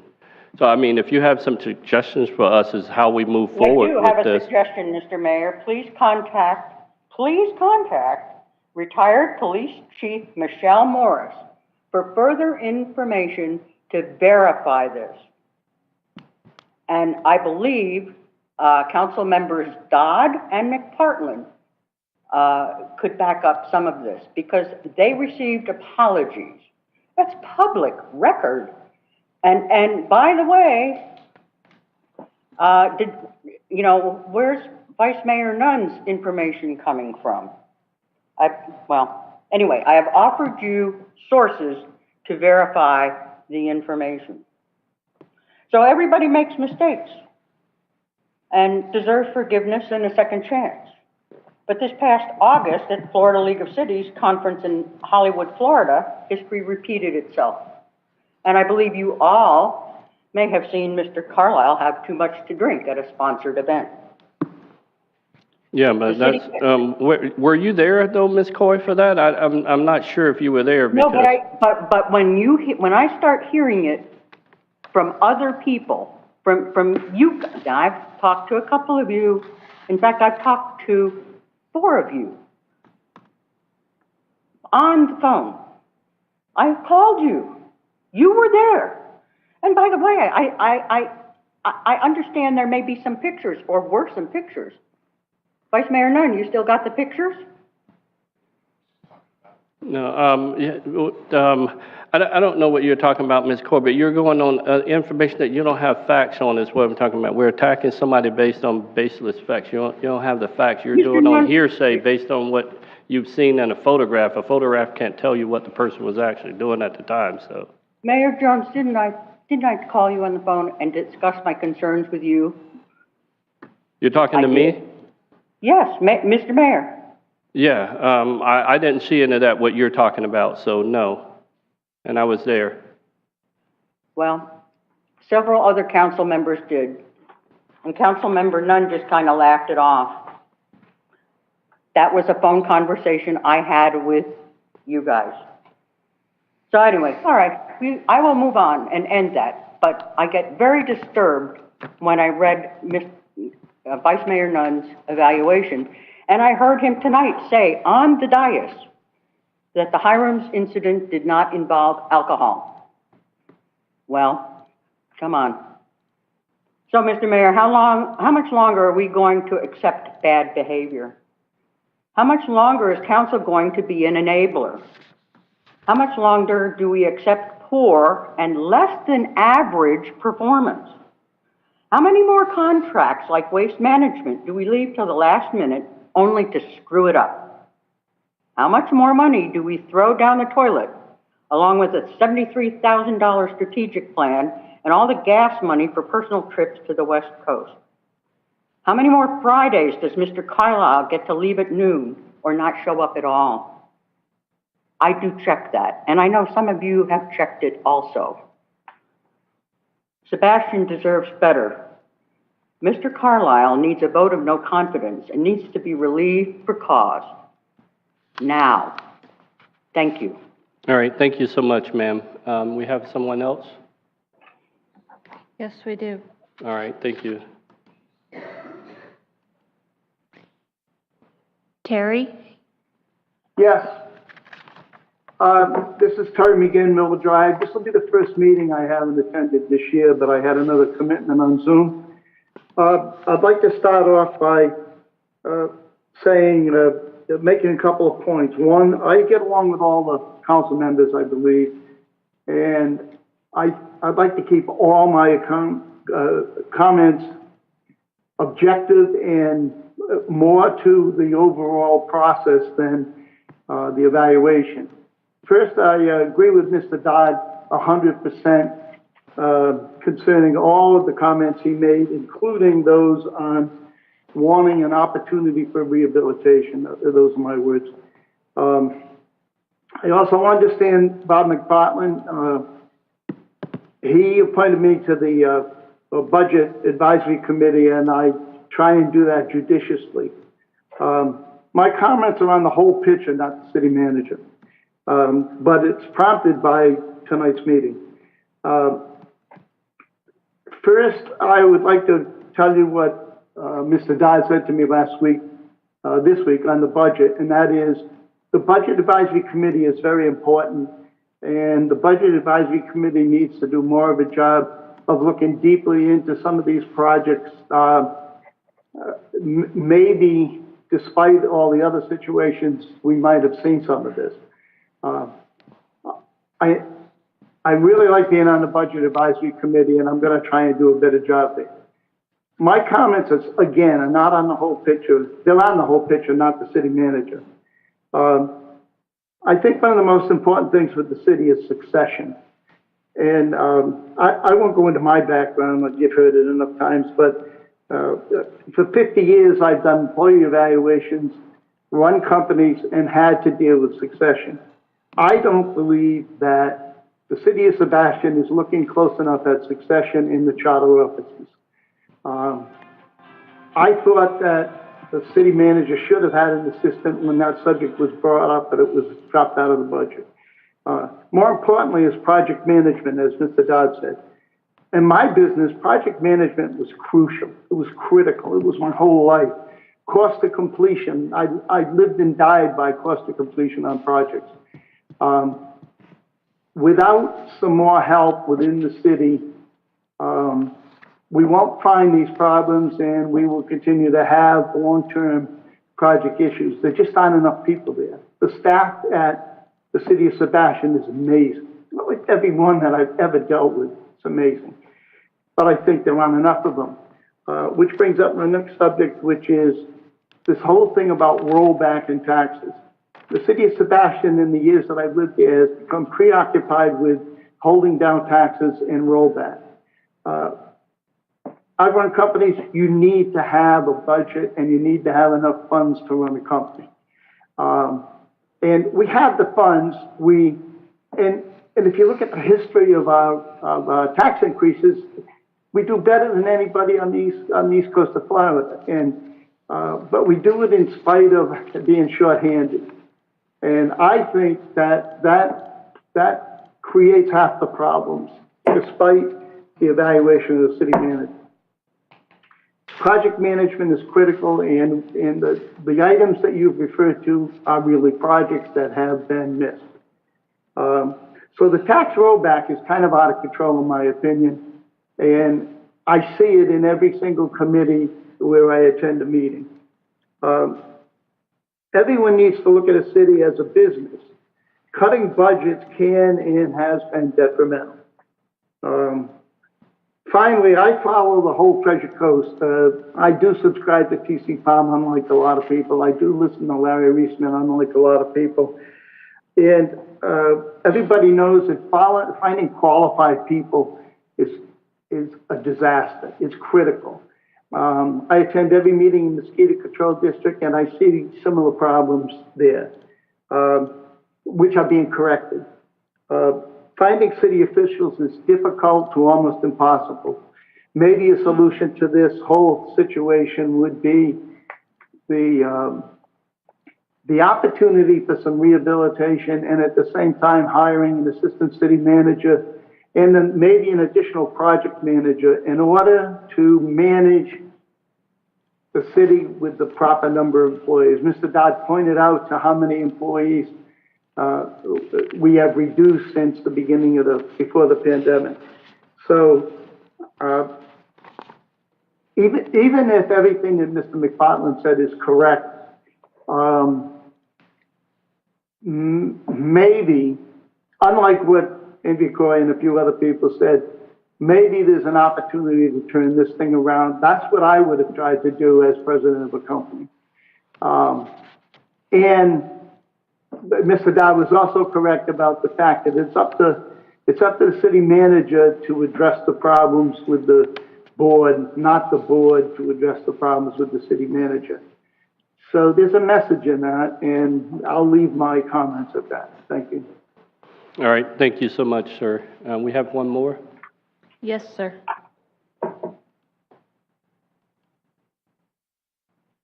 Miss Smith?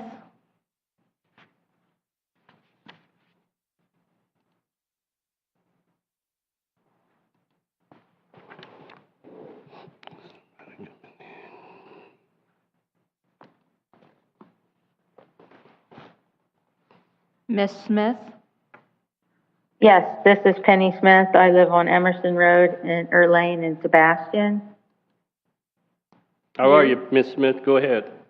I'm well. I just have a question. I've been listening to this whole meeting, and every council member gave their evaluation of Mr. Carlisle and a number of how he did. Why did Mr. Dodd not share his number with everyone? He just reads some things, but he never says the number that he had given him as evaluation. Okay, well, we'll have that. We'll make sure he cover that before we finish after the input. Okay, I'm just very interested to see what he says as a number since everyone else gave one. Okay, yeah, absolutely. Okay, thank you. Yes, ma'am, thank you. Is there anyone else from the public? All right, so we have nobody else on Zoom. We've done the audience. Okay, we have one more here. Come on up, sir.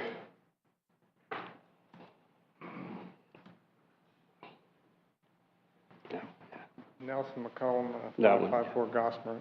Sorry about my casual attire. Lift the mic up a little bit so we can I didn't know your meeting was on until it was half over, so forgive me for my casual attire. I just had a comment that I made at the meeting a couple days ago.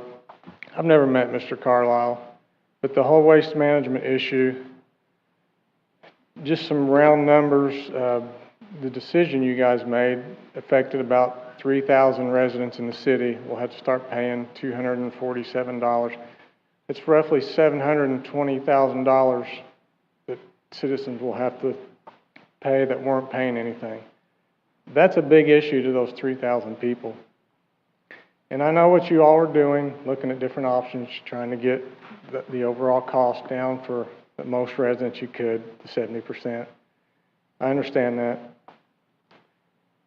But I don't understand why this wasn't talked about over the last year, like it's been mentioned, why Mr. Carlisle never brought this up since last February. And why did he not present the option? I'm not saying I want to do this, but why didn't he present the option like Bureau does of doing it ourselves? Maybe that'll be cheaper, maybe it won't. But if it is, that was a $3 million a year contract Waste Management gets. That is a lot of money. Why wasn't every possible option explored to save all the city residents as much as possible? Now that we're all hooked into trash service, why wasn't that option investigated over the last year? If they'll do it for $3 million, what if we could have done it for 2.5, just theoretical? What if you could have said, hey, Waste Management, we're going to do it for $2.5 million ourselves. Can you do any better on your price? Would we got a better price? I don't know. It was never investigated, never presented to the public or to you all. It was never on any survey. It was just like it wasn't even an option, and it is. Now, I'm not saying it'll work out. Some of you may not want to even look into that, but it is an option. It should have been looked into. It could have saved the residents hundreds of thousands of dollars possibly. Maybe it won't, but it should have been looked into. And Mr. Dodd, you kind of made the comment, you know, maybe if he had project managers, more people to help him, things could be better. For this situation, I mean, you know, you can look at Vero, how many trucks do we need, people? You don't need 10 project managers to come up with a decent estimate. I believe Mr. Carlisle could do that in, I don't know, 2 to 4 weeks, a month, but it was never looked into, and it should have been, because it could have saved the residents money, tax money. The other things that have been mentioned, I don't know. I mean, it's an eye-opener to me what's been going on, but that whole process, I don't know what it looked like from you guys, but from the audience, it looked like our city manager was working for Waste Management and not for the residents. I encourage you guys, now that we have time, over the next year and a half, that you'll possibly explore that option, and maybe it'll be better, maybe it won't, but just explore it. That should have been presented to us, and that not being presented, I kind of follow that to the city managers. Thank you. All right, thank you so much, sir. All right, public input is closed. Council, does anyone want to redress anything that was said? Yes, sir. Okay, to the lady who asked about my numbers, there's 32 independent statements in the city manager's evaluation form. And my rating on those 32 statements ranged from 2.5, which is below meeting expectations, up to 4. In some cases, on the particular statements, I felt like that the city manager had exceeded expectations on that. My overall rating on that, I didn't actually fill it out, and I'm one of the ones who did not recommend any salary increase. I didn't fill out that section either, but my overall rating on it the statements dealt primarily with the fact that I think the city needs to deal with the project management side of it better than a lot of things. I've worked directly with Mr. Carlisle on things like state legislation and stuff like that. He does an excellent job in that regard.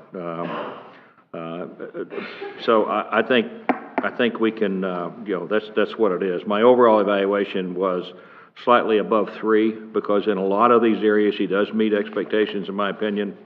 But that's just my relationship with him. I want to stress once again, the 5 of us each have a unique relationship with him. And in my relationship with him, I found in a lot of these areas that he does provide me with the input that he needs. But he does have some areas, and like I said, I can't disagree with anything that Councilmember McPartland said in this regard because he has an entirely different relationship with him. I would like to actually address a couple things that I heard, if you don't mind, Mr. Mayor. Absolutely. The statement that I heard about from someone, if you have to manage the manager, do you really need him at all? And I have never been in a management situation where I didn't have to manage the people I managed. I've just never been in one. I mean, if you just leave a person go, I don't care how good a superstar they are. If you just leave them alone, they're gonna disappoint you sometimes. So you have to manage everybody, and I think it's the council's responsibility under our charter to manage the manager. That's the council's responsibility, not to manage the staff, but to manage the manager.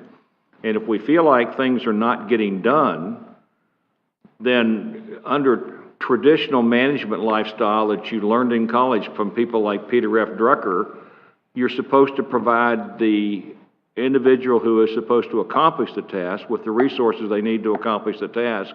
And if you don't do that, it's difficult to blame them for not accomplishing the task. That's just my opinion. So we do have to manage the manager. I can't excuse not having completed staff work, which means that if someone, like I am 100% agree with everybody who said something about waste management. We knew about that January of last year, okay? And we missed the boat on that. And we missed the boat on that, in my opinion, because it wasn't properly managed. Now, how we fix that, this is my opinion. We fix that by providing a resource and telling him we expect that to be done. If that's not completed 3 to 6 months from now, then we have a entirely different situation than we have today, as far as I'm concerned. I just don't believe that it's the right step today to take those punitive actions without us doing the steps that we need to do to provide the resources that are needed to correct those things. That's just my opinion on that. Okay. Second thing is, and I think Sherry Matthews has some good points, but I do want to point out that this is the first year we've ever done this. And I was the one who brought this resolution to the council about a year and a half ago and started this process, and then I brought this revision to the council 6 months ago, or 5 months ago. Because I was uncomfortable a year and a half ago that the council had absolutely no control over the city charter officers. I mean, basically, the charter officers were being rewarded at the same level as the union employees were in the union contract, but they were negotiating a union contract. I don't believe that in the past there's ever been any collusion, but boy, would that be a sure opportunity for somebody to give themselves a nice raise by giving the union a nice raise, right? So I've always felt that there was a disjoin between rewarding charter officers and the way it was being done by the city. And I used an opportunity to bring that forward and to change the evaluation process. Prior to that time, contracts for charter officers were negotiated by the city manager, a charter officer. And I had to agree when our ex-attorney said, why am I negotiating a contract with another charter officer? Why am I not negotiating that with the board, with the council? I had to agree with that. So the first change that I recommended was that the mayor do the evaluation, do the contracts, which I thought was the proper way to do it. So this is the first year we do this. I don't disagree at all. I think that if we have an opportunity in the future to do this correctly and we compile the 5 individual evaluations into one overall evaluation and we work through a process like that, that's fine. That's a basic HR function. And so, I mean, we have to perform that the correct way. But this is the first year we're doing this, and this is kind of unique because we've shifted the responsibility for providing pay increases to the charter officers from the results of the union negotiation to the council recommending pay raises. That's been shifted. That just happened. That just happened when we approved Resolution R2303. Okay? So we did that shift at that point in time. Now, we can talk about this in a few minutes when we get to that, but it's my understanding that we've already agreed that the charter officers are going to receive the pay raise based on the salary study. We just have postponed that being implemented until the union negotiations are finalized, okay? Because we didn't want to provide them that increase until the union negotiations were finalized. And that's going to be their evaluation, and that's going to be their salary increase for last year, for this year, coming year. Any salary increase that we might recommend in these evaluations is for October of 2023, not for prior to that time. It's for October of 2023. That would be my understanding of the way that that would work. So we're trying to separate that, and the performance cycle is annual. Under this resolution, it goes to a June-July timeframe where we do the evaluations in June, we do the process in July, and then that becomes part of the budget process for salary increases for charter officers at that point in time. I'm going to tell you the reimbursement for fuel is it's a sticking point for a lot of people. I've done something on this topic that I hate to do. I looked at Facebook and Nextdoor. Okay, and I absolutely hate to look at Facebook and Nextdoor, and it's a real sticking point for people. I voted for that extension to his contract. And I may have felt like that I voted for something different than what it turned out to be, but I voted for it. That's on me. And, you know, assuming I run for re-election in 2024, if people want to beat me up at that time frame over me voting on that, just have a good time doing it, okay? Because I did vote for that. And I don't believe, based on that change to his contract, that the city manager has done anything wrong as far as the use of that car is concerned. Out of the ordinary, yes, but he's following his contract. And I do believe that as we go into this next statement in a few minutes and talk about contract negotiations, we'll be talking about possibly an allowance rather than a car. And I want you to understand, when I talk about an allowance, I'm talking about the allowance covers everything. Buying the vehicle, insuring the vehicle, putting gas in the vehicle, it covers everything. And it is taxable income to the individual who receives it, and it's up to them if they want to file a business return on their income taxes and using what's 62.5 cents a mile right now from the IRS, using that if they want to write off true business miles. And the IRS does require all this stuff. I think Ann Stanley was 100% correct. They have to have logs You have to independently show that, to the IRS, that you did the log correct. You have to do all that kind of stuff to write that off. I've done that, or did that for years, and then I finally gave up on it because I felt like it was more of a mess than it was, and I just paid taxes on the allowance that I got for a car. It's simpler to do it.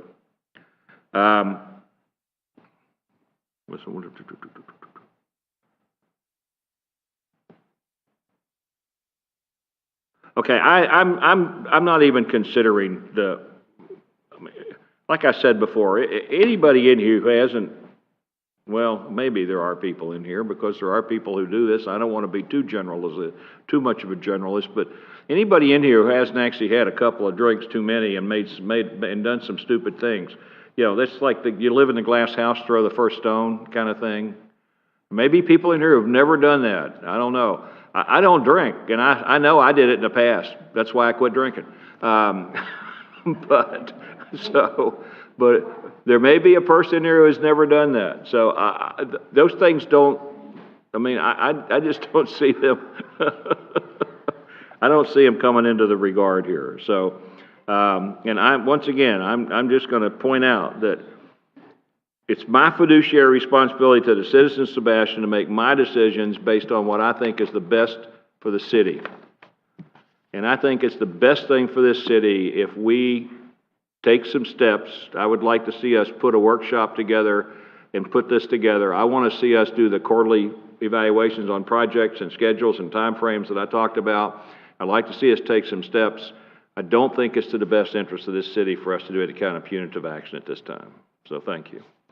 All right, thank you so much, sir. Mr. Mayor, could we take 10? We've been going 2 hours. Okay, yeah, well, we're going to recess for 10 minutes, and we'll be back. Thank you, sir.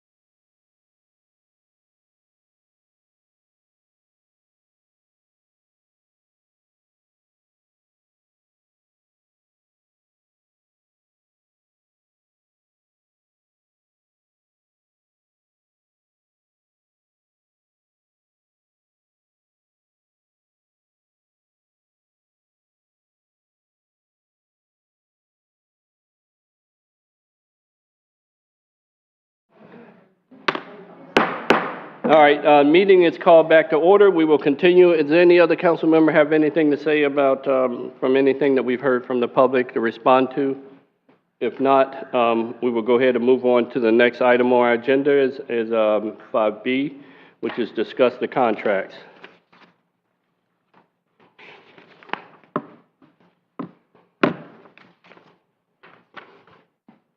So I've reviewed the contract and I'm okay with the contract.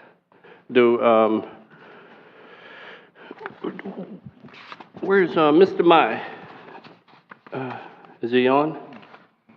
Okay. Yes, sir.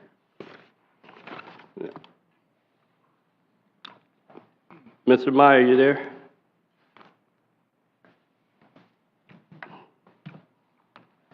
Mr. Mai.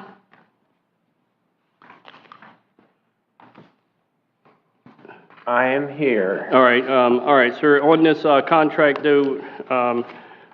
obviously, we're going to need to vote on that, but do we go through discussion and then? I thought we were gonna try to get, kind of a general contract drawn up, and then the next step would be for you to take that and apply that to each charter officer. And, I mean, the outline that's in this document for provisions, we can talk about those provisions if you'd like. Right, okay. But ask Mr. Mai to actually take the current contracts and kind of put together a shell that can be used so that it's the same format for each charter officer. Yeah, we don't have a contract. Right, yet. okay, yeah. And so, does any council member have any questions on any one of the sections? If I could step back, because I thought, I wanted to respond to some of the comments. We Oh, okay. stopped with Ed, and then, because I had written some things down. And, I mean, I think you all know where I sit with something, and I'll leave it at that. But, when you average out the scores, it comes out to 2.8, which means not meeting expectations. If you give the benefit of the doubt of a 3, that doesn't the city deserve better? And, finding out today that the city does not have an employee handbook. They do have this sheet that has about drug and alcohol testing policy and the code of ethics. And under the drug and alcohol policy, and you might have all gotten this because I made the public records request for this, and there's a part highlighted, employees are prohibited from the use, sale, dispensing, possession, manufacturing, and distribution of a controlled substance or alcohol beverages on city premises or work sites. In addition, employees are prohibited from the off-premises use of alcohol in possession, use or sale of illegal drugs when such activities adversely affect job performance, job safety, or the city's reputation in the community. Employees will be subject to disciplinary action, including and up to termination for violation of this policy. Several of you know what I'm talking about, but I will leave it at that. This is the Department of Children and Families Employee Handbook. I would like this to be utilized for review to create an employee handbook for this, because this also outlines about performance evaluations when you're not meeting expectations, and unless we have an employee handbook, the police department has an employee handbook for officers. And because Chief Acosta sent me a couple of things involving their standards of conduct and their codes of conduct. And so if I gave you this is the employee accountability portion for DCF, which is just part of the employee handbook. I think it's written very excellent, and I think the city needs to develop a similar handbook because it outlines when certain situations arise, and we do not have one right now. And the reason I'm saying this now is because I have asked for things, and I never get what I wanted. And then people say I don't talk to the city manager, but when I do, I don't get what I want or what I need. And that's why I think, first of all, we need to develop an employee handbook. And this handles from the top to the bottom of the organization.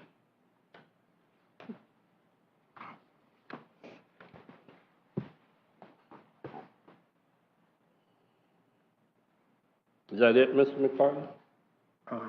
I guess the other thing is that I heard mentioned is about, yes, the contract said personal and business use within the state of Florida. There is no mention about the city paying for the fuel, okay? If you want to say the car and the fuel go together,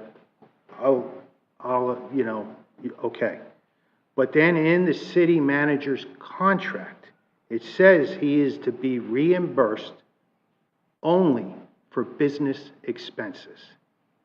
I have at least, I think it's 3 times in the credit card records where he did not have the city credit card and used his personal credit card and then used it to the city, vouchered it to be reimbursed.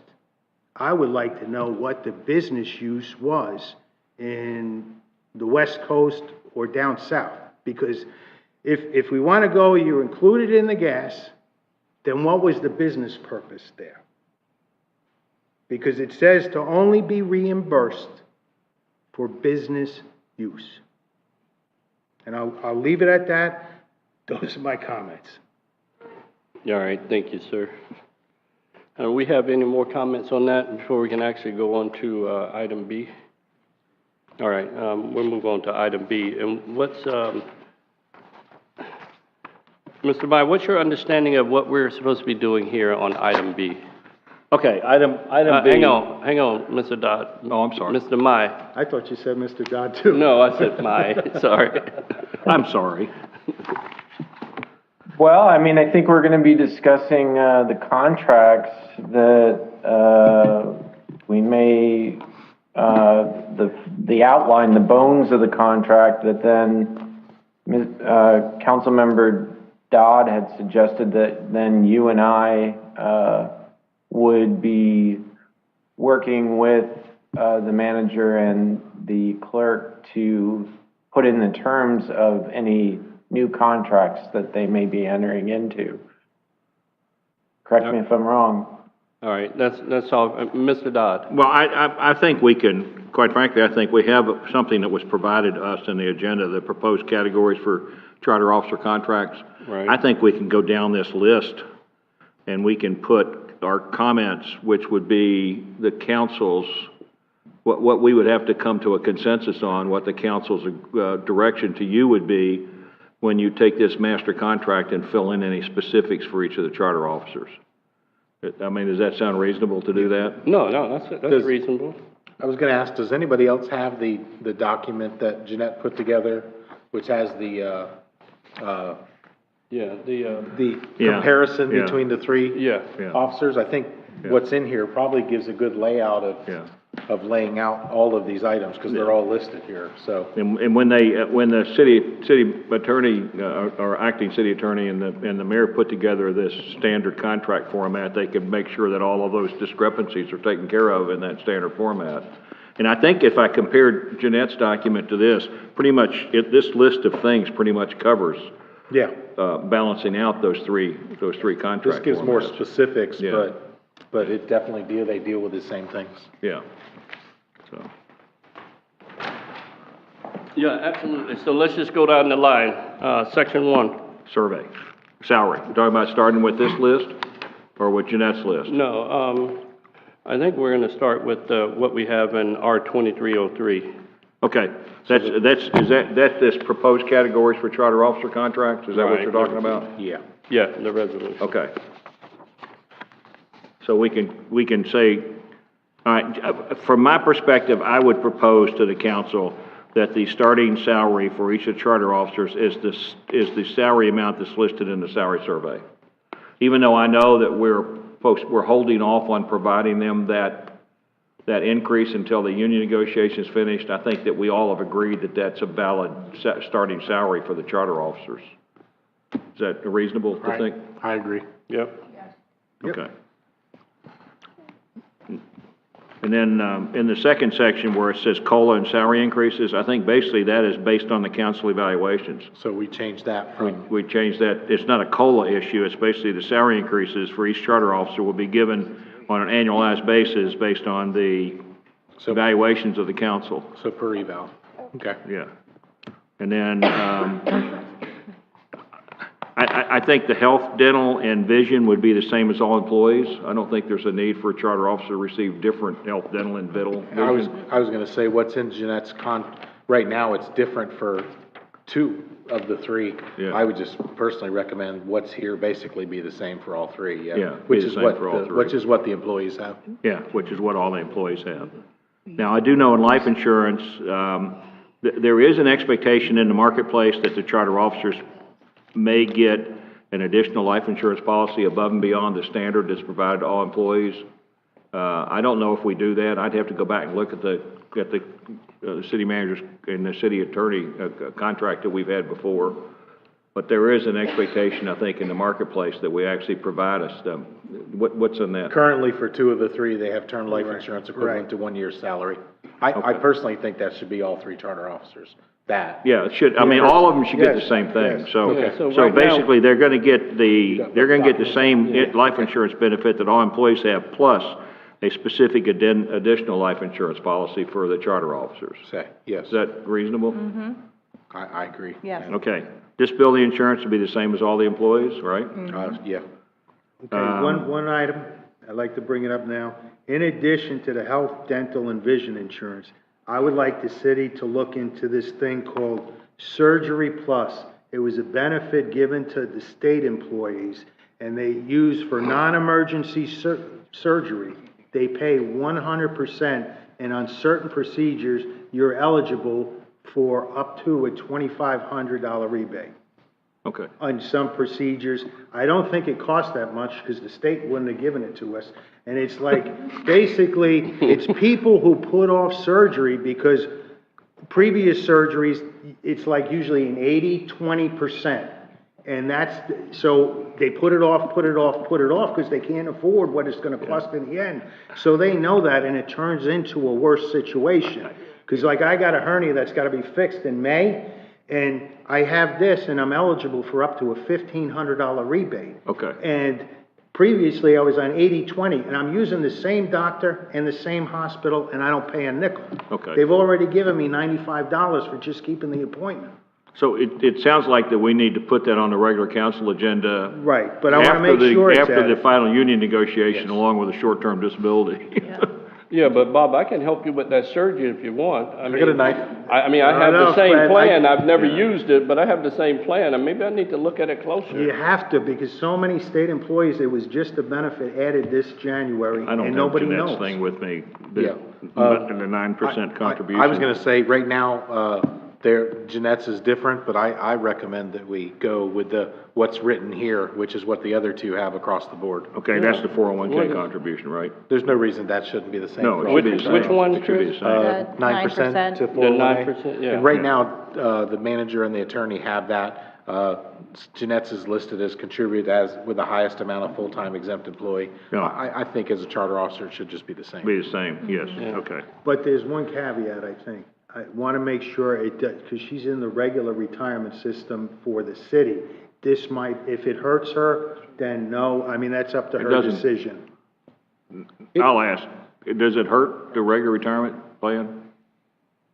Well, yeah, probably. It's a whole different matrix going from the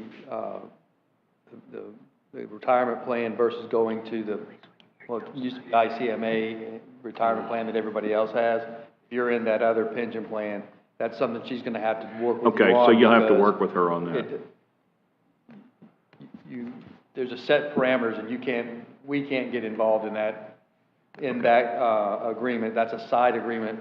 That retirement agreement's a side agreement. If you change it, you're gonna get into the other retirement. So that's just something you have to negotiate when you do her contract. You're gonna have to make sure. determine, Yeah, and with the attorney and with Ken, Yeah. what that does. 'Cause Yeah. you don't want to affect her longevity, you don't want to, her vesting, and then jump her into a different plan. Okay. And take away from the plan she already has. So I think what I'm hearing is for that one, leave it up to what's best for, Right. for Jeanette. We don't, Right. in the future, when we do a new clerk, we can put them Right. into the same Right. thing, but for her not to hurt her. If So I'm correct, asterisk that one. so if I'm correct, you're in a defined benefit program, right? You're in the 401, you're in the, are you in the 401A. Mission Square plan? Well, then it would be the same. I thought it said you were in a, it said your contractor, you were in a different Oh, plan. Okay. so you are in No, the same? So She then, just 401A? does, she gets a Okay. different contribution. well, he said he was in the. It says she has with the highest amount of a full-time exempt employee, where you guys have 9%. Yeah. But So, I thought you said she was in the old pension plan. no, That may it have been says when- No, it's 401A. That may have been when it was, so that's the same plan. So Okay, you- good. It can't be the same. So, yeah, so change it If to you 9%. guys choose to, if you negotiate Good, that. that's So now, perfect. it seems like vacation time, sick time, and discretionary time, it would be the same as all other employees. Correct. Right? All right, I thank you. would You guys say- are gonna make me use up all my eraser here. Yeah, I got another pencil for you. Okay. You got crayons? I would recommend Redwood. for the vacation time, is to go what's listed under the city attorney, possibly as the parameters. It seems to label it more as managerial staff, that you get the same Okay. separation benefits. That's fine. It doesn't start employment with 10 days, but at this point, it's not gonna make a difference Okay. unless we have a new city manager down the road, and then they can deal with that on that contract then. Okay, so you're saying the vacation time, you'd want to base the 3 contracts on what's currently in the City the attorney, city if you want to attorney circle the contract. city attorney on the vacation time, if everybody else agrees with that. What's It seems to be more fluid, Yeah, no, it's so vacation time, circle, the attorney. accrued to other managerial staff. They don't start out with the 10 days. You're just not starting off, because, I mean, well, that also could be negotiated on a new contract, It so. says 5 consecutive days on here, where you get the 10? No, the If you 10 is read on the the top where city you start manager. with, Oh, 10 okay, days. the city manager side, yeah, but not on this attorney side. Yeah. Right. I think the attorney makes more sense across the board. Okay. And Jeanette needs to be forced to take 5 days off a year Yeah. consecutively. Kathy told me she needs it. Now, that doesn't mean 5 days, 1 day at a time. No, it's consecutive. That means you get to go do something fun for a week. Kathy said you need it. I mean, she told me fun is She likes work. doing public records. I know she requests. does. Okay, so now professional association dues, that would basically, as needed, we pay Same, for those. sure. Right? Yeah. Expenses related to performance of duties, yeah, following the city guidelines. Yeah. For reimbursement. Yeah. Wait a minute, slow down, hang on, go back. Okay. I was writing something, you guys make me Okay. use my eraser too much, so I've got to. Which one are you on? Let's go, sick time, start back there. Same as all employees. Same as all employees. All right.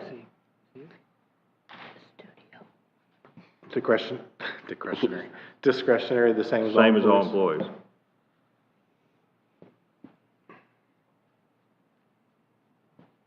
Discretion, as all employees?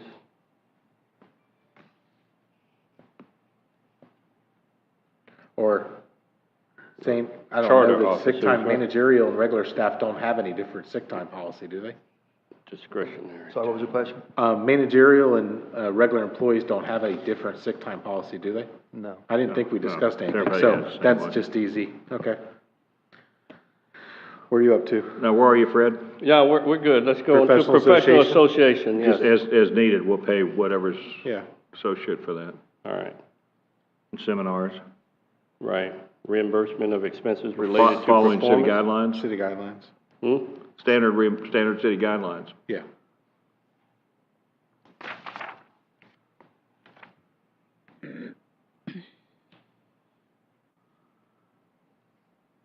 All right, military leave. Be the same as all I was gonna employees. say per Yeah. state law. Manny's probably had something different in it because of his, It- when he came to work, I but it just- I doesn't would need to say be. Yeah, per but the state state and law says what we have to do. Yeah, per state so- law is what It's that's actually based federal. on. It's actually federal law. Oh, federal Federal. law, you are correct.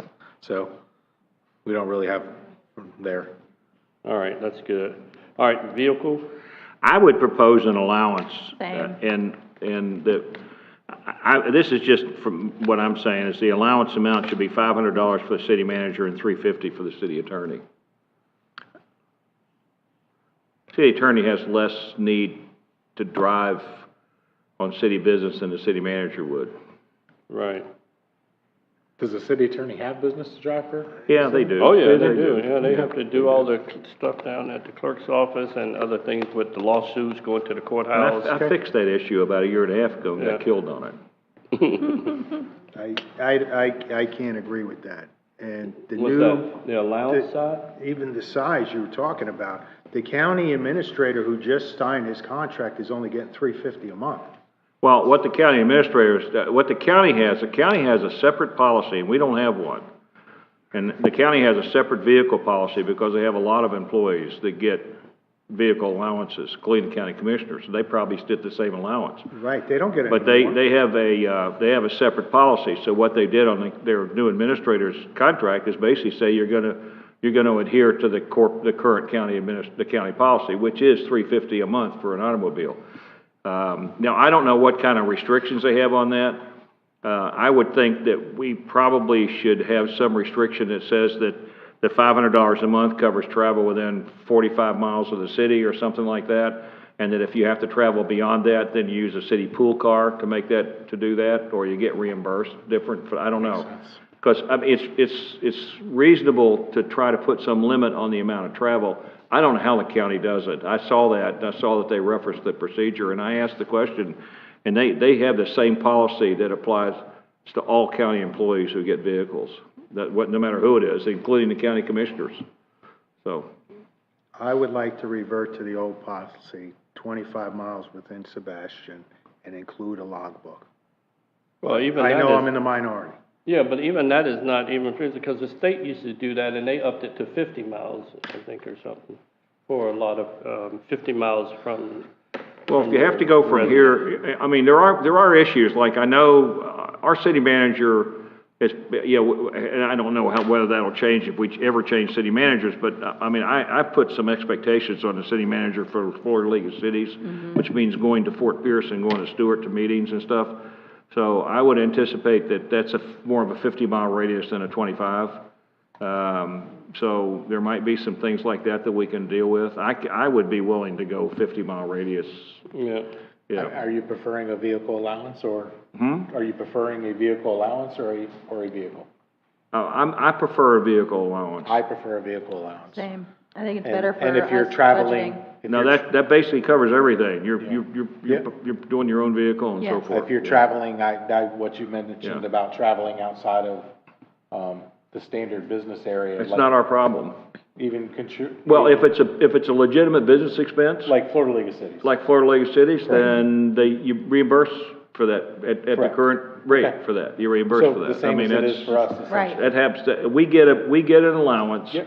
that covers travel within. I think that's 75 miles of the city think for it what is. we get, I believe. Yeah. And so if we have to go outside 75 miles, like, we have to drive to, I mean, I drive to Clearwater to meetings and so forth, then we get reimbursed for that. But within the 75-mile radius, we don't get anything. I go to meetings in Stewart and Fort Pierce, Okeechobee, and I don't get anything for that except that $300 a month allowance, which covers everything. Right. So Covers the meals, covers everything. All right, so then I propose that, we give the vehicle allowance with the, same provisions as council has for, travel, which is the 75 miles.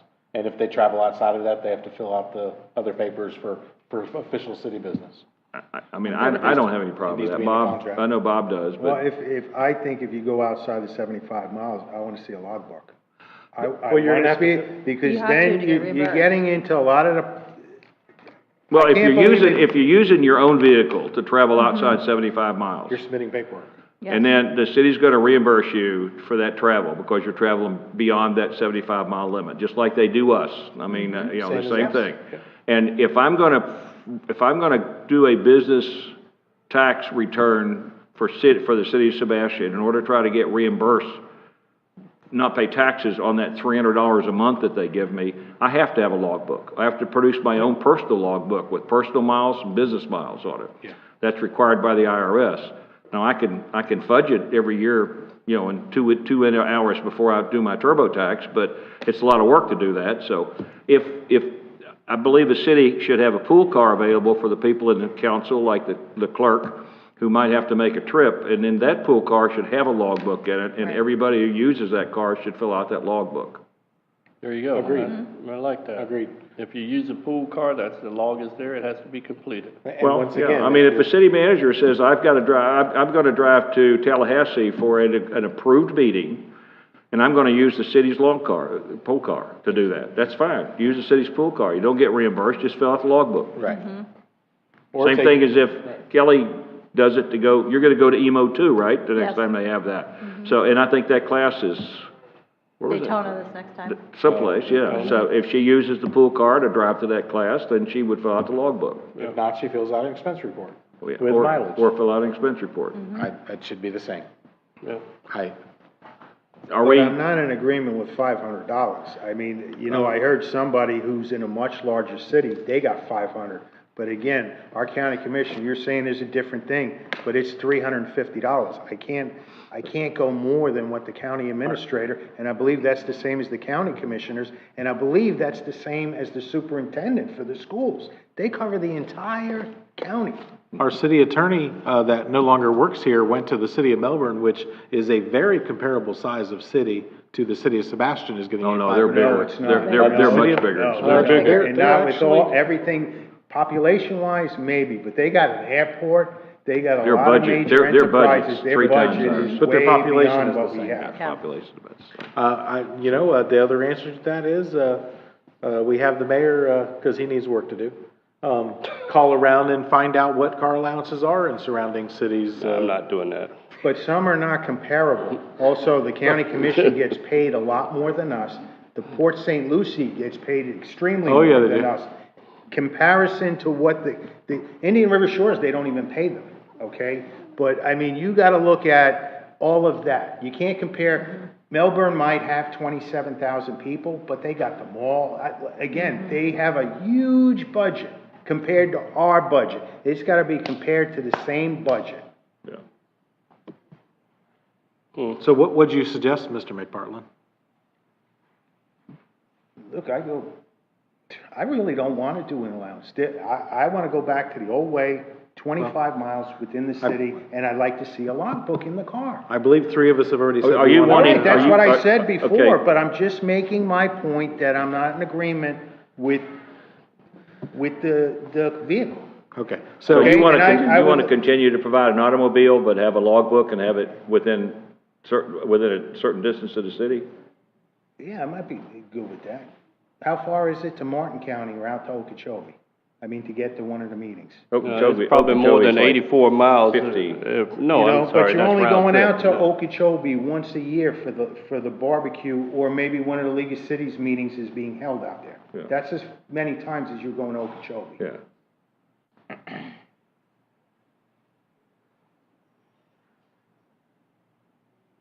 I think we're better off setting it with the car allowance, that's me.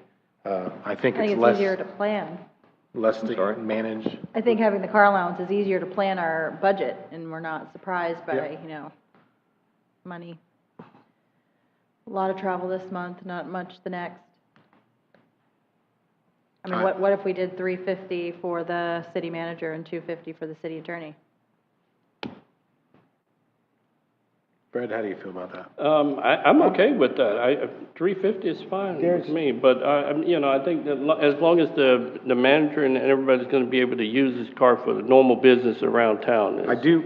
Okay, now, you're talking about as an individual use the car for normal? Yeah. Well, he's okay. You'd have his The own. the 350 is it. I mean, that means buying a car, insuring the car, putting gas in the car, everything with it for 350. It's not enough money. No, that's not enough money for that. Yeah. So I'm gonna make the proposal once again for a $500 car allowance, covers everything. If they're traveling outside of it like we do, they have to fill out an expense report. If it's to an official meeting more than 75 miles away. And does anybody else agree with that? So Is that we're talking $500 about for both? $500, and we said. Travel. We said 350 for the, city attorney. 500 and 350. Wait a minute, an allowance for that? Car allowance, yes. Car allowance. 500 for the city manager, 350 for the city attorney. I think was the number, Mr. Dodd said to begin with. And, over 75 miles, they either have to fill out an expense report or fill out the log and take a city vehicle. As it is now, with adding the log, of course. Yeah, well, we definitely need to log for sure. Well, you don't do a log if it's a personal car. No, No, and That's not what Devin's personal country car, I'm for. talking about the, city car. You do an allowance, logging's out, for that car, for that vehicle, you don't do the log, that's up to the individual. I haven't put my mileage on my own expense report since I've been here, because our city No, I'm clerk talking about, has it I'm talking wheeled out, about ready to if go you, for where we're going. if we give an allowance, that individual's gonna purchase a car, it's their car. Yep. They don't do a log on that car unless they choose to do one for tax purposes. Exactly, for their own Okay, business, and that's none now, of our business. if they're gonna travel outside of the radius, and I'm hearing 75 miles, seem to be if they're gonna travel outside that, then the city clerk, I'm sure, is gonna do exactly what she does for us. Right. I couldn't cheat on that if I wanted to. She Nope. makes Oh, sure I'm that's what I straight, said. you She's know? done. She's got In it. fact, she doesn't even ask me how many miles, she just fills them in. Yes. So that makes sense to you? Yeah. Makes sense to me? Makes sense to you, Kelly? Now, Fred? if we continue to have a pool car here, which we should, for the use by the city clerk or other employees who have to go, the director of growth management has to go to meetings, okay? They may not want to drive their own car. So, and we're not giving them an allowance. So if we continue to have that, then that pool car should have a logbook in it, and every use and every mile in that car should be logged. Right. I understand it, I think logbooks have been implemented anyways, so. Oh, yeah. We use them at the TV station.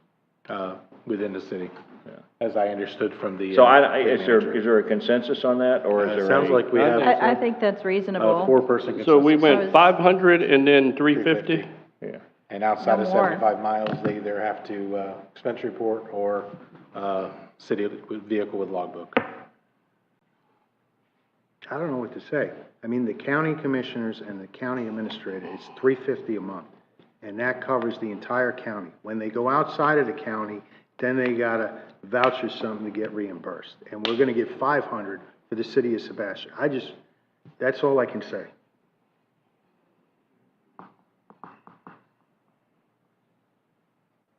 All right. All Next right, item. that's, so Benefits? outside 75 miles, submit expense report, right? Or vehicle with log. Yeah. Benefits afforded to other full-time employees. Yeah, that's standard. Yeah, Standard, okay, that's I don't fine. see it on here. Residency, I don't think we need to change the residency policy, City we manager have it lives in the already in city, there. the other two don't have to. Right, okay. So, current. Exclusivity employed, I think what's in here is still acceptable. Exclusively employed by the city, but can teach or consult in off time. and off time, absolutely, okay. There's no reason not to. Termination without cause, That's the same in the two in the, It's actually the same for the two, but not the same for, I think it should be the same for all three. yeah, it should be the same for all three. We don't plan on terminating her for, without No. cause, but. all right. So that change that to so all three have the same all right, 20 so weeks. This is 20 weeks for that, it's 20 weeks for the attorney, and then, and 3 months for the clerk, so this is. Changing her to 20 weeks. 20 weeks, yeah. Okay, I like that idea. All right, so, notice of separation. So, not seeing that on here, and I know it's in the contracts of what the time required. Do you have one of the contracts? Anybody? No. I don't have it with me, I apologize. I don't either. Do you remember what the notice of separation was? Was it 30 days, 60 days? I don't either, I apologize. Did we have something written in here? I'm not seeing. Hang on. That's not on here. Renegotiation, wage adjustment. Do you remember, Bob? For which one? The, notice of separation, how much time was separation. required for notice? I think, what number do we have? Do we have a number? No, we No, don't. we don't. That's Can't what we're remember. asking. 30 days. 30 days seems to be reasonable. Because usually regular employees, 2 weeks, but 30 days, possibly, if it's amenable, 30 is minimal, but I would rather see like a 60 or a 90. Yeah. Because the hiring Before we process do the is 4 hiring months. process. I think right. Minimum. 60 So- or Yeah, 90. I think it should be at least 60. Yes. I agree, Okay, then I'm 60. in agreement with at least Yeah. 60. All right, so 60 days? Yes. That's what, it sounds like we have a consensus on that? All right, on the indemnification. Leave it how it is. That's standard legal language. that- All three say the exact same This- thing. It does? Okay, all right, so Yeah, that's they, just. they name each one in the different ones, but they're all the same what they All say. right. All right, that's good there. Okay? All right, so we have that. Now, next thing we Wait a do. minute, wait a minute, wait a minute. Now, I wanted to talk about a couple of other items. Okay. All right, can I do that? Yeah. What you got? Because one I have, again, going back to an employee handbook, similar to the one that I handed you, in the 9.1 section, the standards of conduct. I mean, I don't think I need to read them, but I want to see something like that in place in the contract. I don't think that's unheard of, or at least from the 9.1 section, and then it goes into like drug testing, rehabilitation. That was section 10, and then section 11. I mean, it's similar because we already have in place a drug-free workplace policy that's signed, an oath of loyalty to follow the Constitution, and a notice of privacy policy. I want to see at least, at a minimum, in the employee handbook to be developed, because the Sebastian Police Department, I've only got 2 of their portions, but they have something very similar to this. Their book is a lot bigger. I got to see that in place, because again, this is a proposed contract, and one of them talks about regular business hours and set appointments and everything along those lines.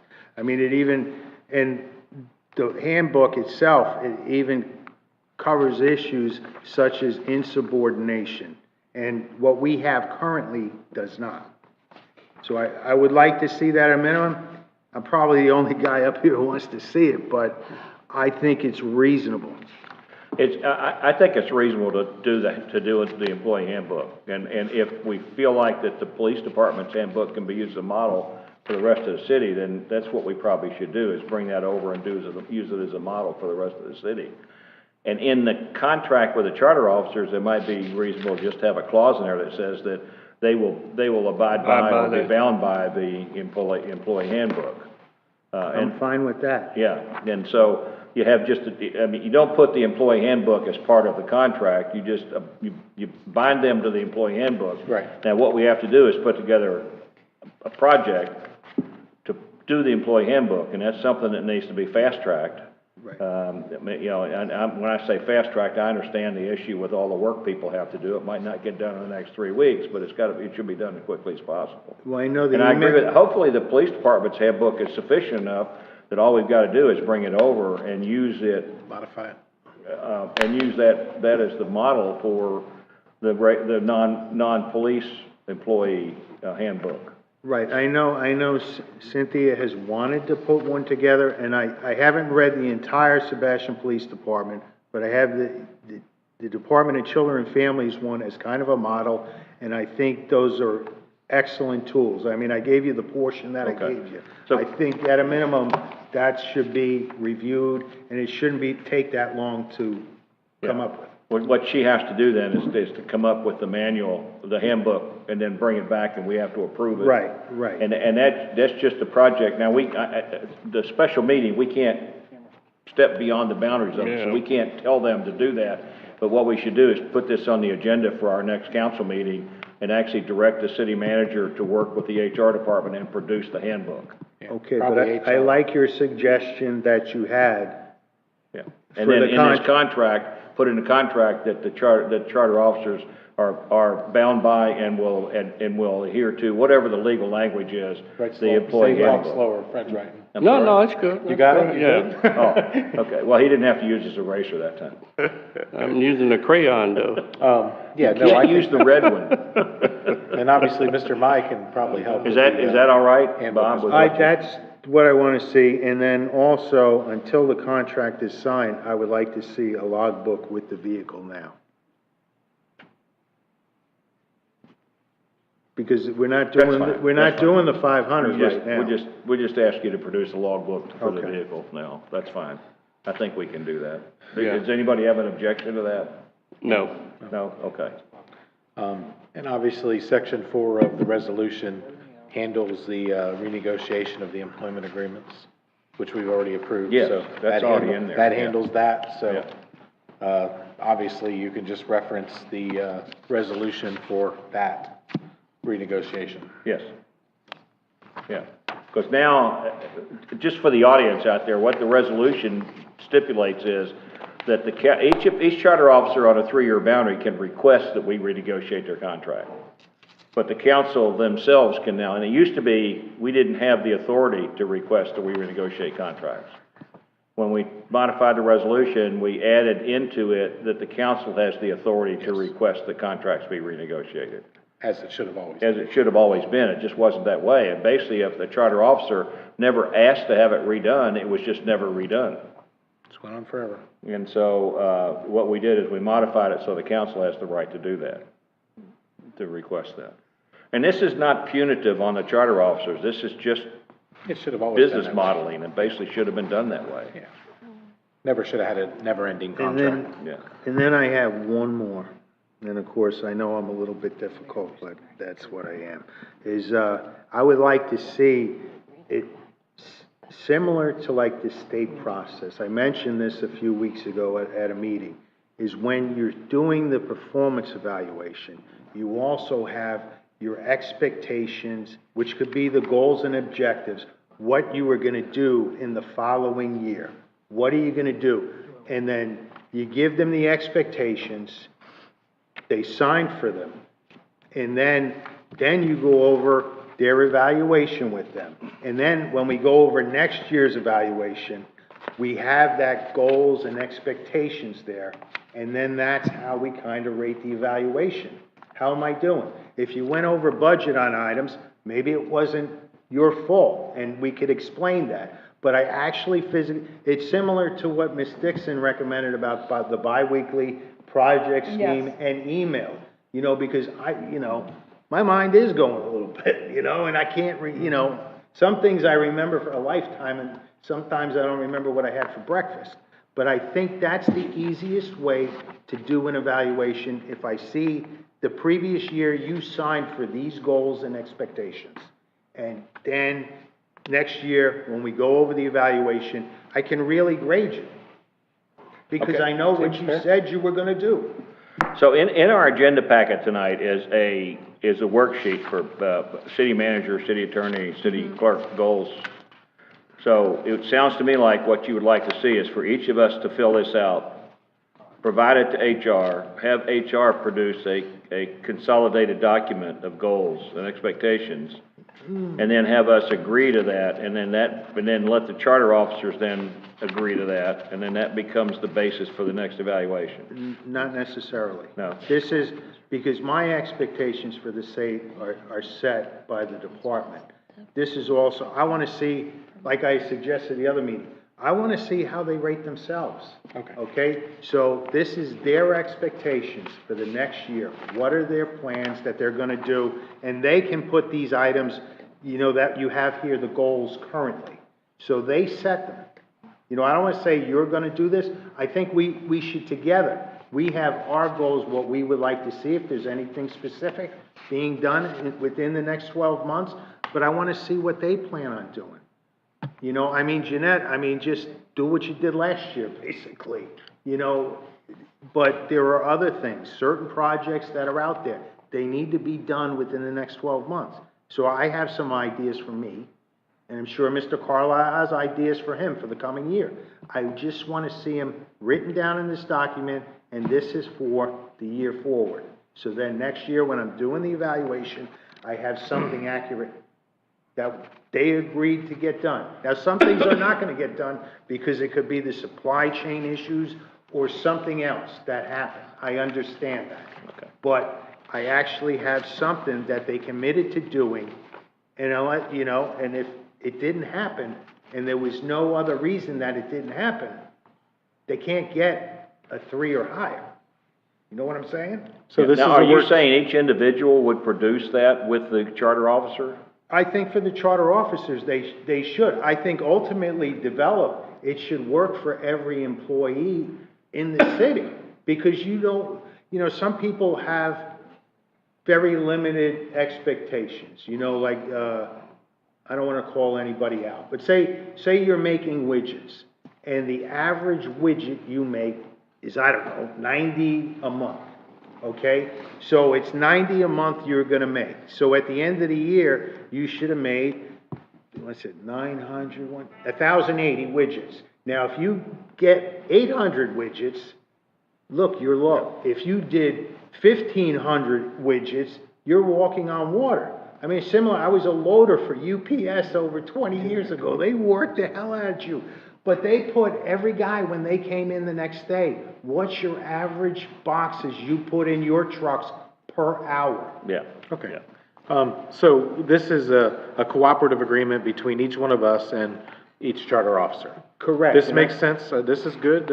This is a good start. Okay, so now are we gonna establish some type of I hate not managing things. That's my fallacy. Are we gonna establish some type of a target to produce these? We can't just say do it. It won't get done. No. Or it won't get done consistently. Well, we have to work with them each on it, so. Okay, so we're gonna say that by A month. Couldn't, okay. A month, they could reduce Now, their are we gonna goals, bring these? and we could produce ours. Is each individual gonna bring these goals and objectives back to the council for review? I think we Okay, could it's each have actually- the time to sit down with each charter officer over what our expectations are, according to what you have written down here, and then they fill out what they have, and we have an individual meeting, each of us with them, go over them, and we bring back what we agreed on to the council. It's identified in section 1. Yeah, okay. Prior City to council the will June annually set meeting. the review goals and objectives to the city manager, city attorney. Right. Yeah, prior to the meeting in June. Okay, so That's we have this to document. we have to do this based on this resolution. Prior to the at our June first meeting in June. Yep, well, prior to, right. Prior to that, So we have to have this document completed about before the June meeting, yeah. according each of to, us individually. individually with the charter officer. Okay. Or if they're done next week, they start making time, Yeah. and, Well, right. we'll do ours Just- Well, yeah, next Yeah, week, do right? it next week. Deadline. That's fine, okay. Yeah, so the section 1 identifies how to fill this document out and when it should be done, so that And makes then- that easy. From there, All are right. we coming up with as a consensus, or all 5 of us are telling them what we want to see them do? I think we need a consensus set of goals and objectives. I think so too. Yes, I agree I with don't, that. I don't, So I don't we're think it already needs where to we be need individual. It would be Right. easier And like to- I said back, 2 hours ago, to me, the strategic plan, once we finalize it, Yes. establishes the goals and objectives. Correct. Now, we don't Absolutely. have it, so Correct. we need to do something different for this year because Yeah. we don't have it. So do we And get these to so- Fred, to the mayor, at this point? We get our goals that we talk about to Fred, to the mayor, and then he, Well, each one of you got to sit down with each one of the Sit down and officers, produce too. it, maybe we Yeah, should and give it, produce maybe it. we should give it to HR and let HR. Put it all together Combine as it. one, combine it as one, and then we And bring it back. She can bring back the different options under each of these, and then we can look at those and decide if there's anything there that we feel we don't need to worry about, or we do need to worry about. Right. Okay. Yeah, but I think each one of us should be sitting down with them and covering these goals. So- okay, so I'm gonna read section 1, because it answers a lot of questions. City council shall annually set and review goals and objectives for the 3 charter officers at a public city council meeting in June. Prior to the June meeting, council members will provide their goals for the charter officers to the HR director, who will draft up these goals and objectives in a common document for city council consideration in June.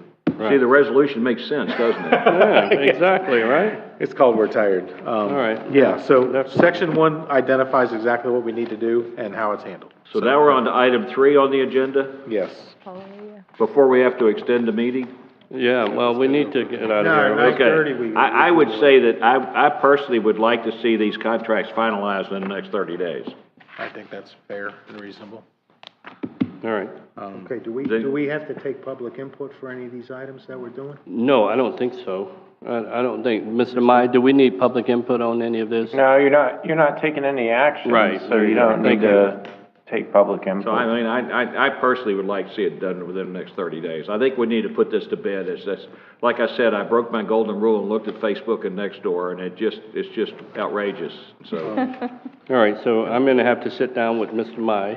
Yes, you and go are. over I this. think that works as well, Mr. Dodd, because if I am correct, under the current contract that Mr. Carlisle is under, he has requested a contract negotiation in May. Yeah. And if we can get this done in 30 days, then we could just move right to this new contract, and Yeah. so that works. And I'm hoping that we will have finalized all of our union stuff in that 30 days, and the salary increase can take place and everything we're done with. Move forward. Yeah. So is everything we discussed gonna come back at a later meeting that we vote on? Or this is the way we're gonna do it? I think it's the way we're gonna do it. Do we need to vote on it? No. I mean, did we hear a consensus on all these things? Well, we do up here, but we haven't received any public input on it. That's why I Yeah, asked. but we're do we not need- taking any action right now. So I Okay, think the action is taken when? the contract is ratified? Yeah. When the contract is ratified, There'll be public input at that point in time. but is that too late? I would like to see it discussed, just said, this is what we're planning to do, and give the public a fair amount of time to comment. Because they might say something that none of us thought of Okay, here. so how about if we put this on the agenda for our next meeting for public input? That sounds good to me. This is what we're planning, this is our thought process. And that still doesn't slow him down, because he can continue to move forward. And if something changes at that meeting, then he can add it or change it as needed. Right. And I would also like to put on to start the process for developing an employee handbook, because we did not vote on that. Well, we can't. Yeah, but And that's not on the agenda that's for a not on special the- meeting, and the yeah. rules under a special meeting is we can't vote on that. But we can ask for it to be put on our next regular That's meeting what I'm agenda. saying. Yes, That's all I'm asking. yes, Yep. yes. All right. So we've covered all the items, right? Yeah. Are we good? All right. Well, do you want to see if anybody wants to say anything before we close the meeting? About what? Not about this item. They got 15 minutes to talk. They got 15 minutes to talk. Is there anybody out there want to say anything? No? I'm sorry? Yeah, we can't talk. This is Oh, a that's right. special It's not call on the meeting. agenda. This is not, you can't. Yeah, not on the there's a agenda. single item, so There's no public input at a. Yeah, at all a, right. So the we're, only public input's on an item that we're taking. Yeah. we're done. This meeting is adjourned. Thank you, Mr. Mayor. Thank you.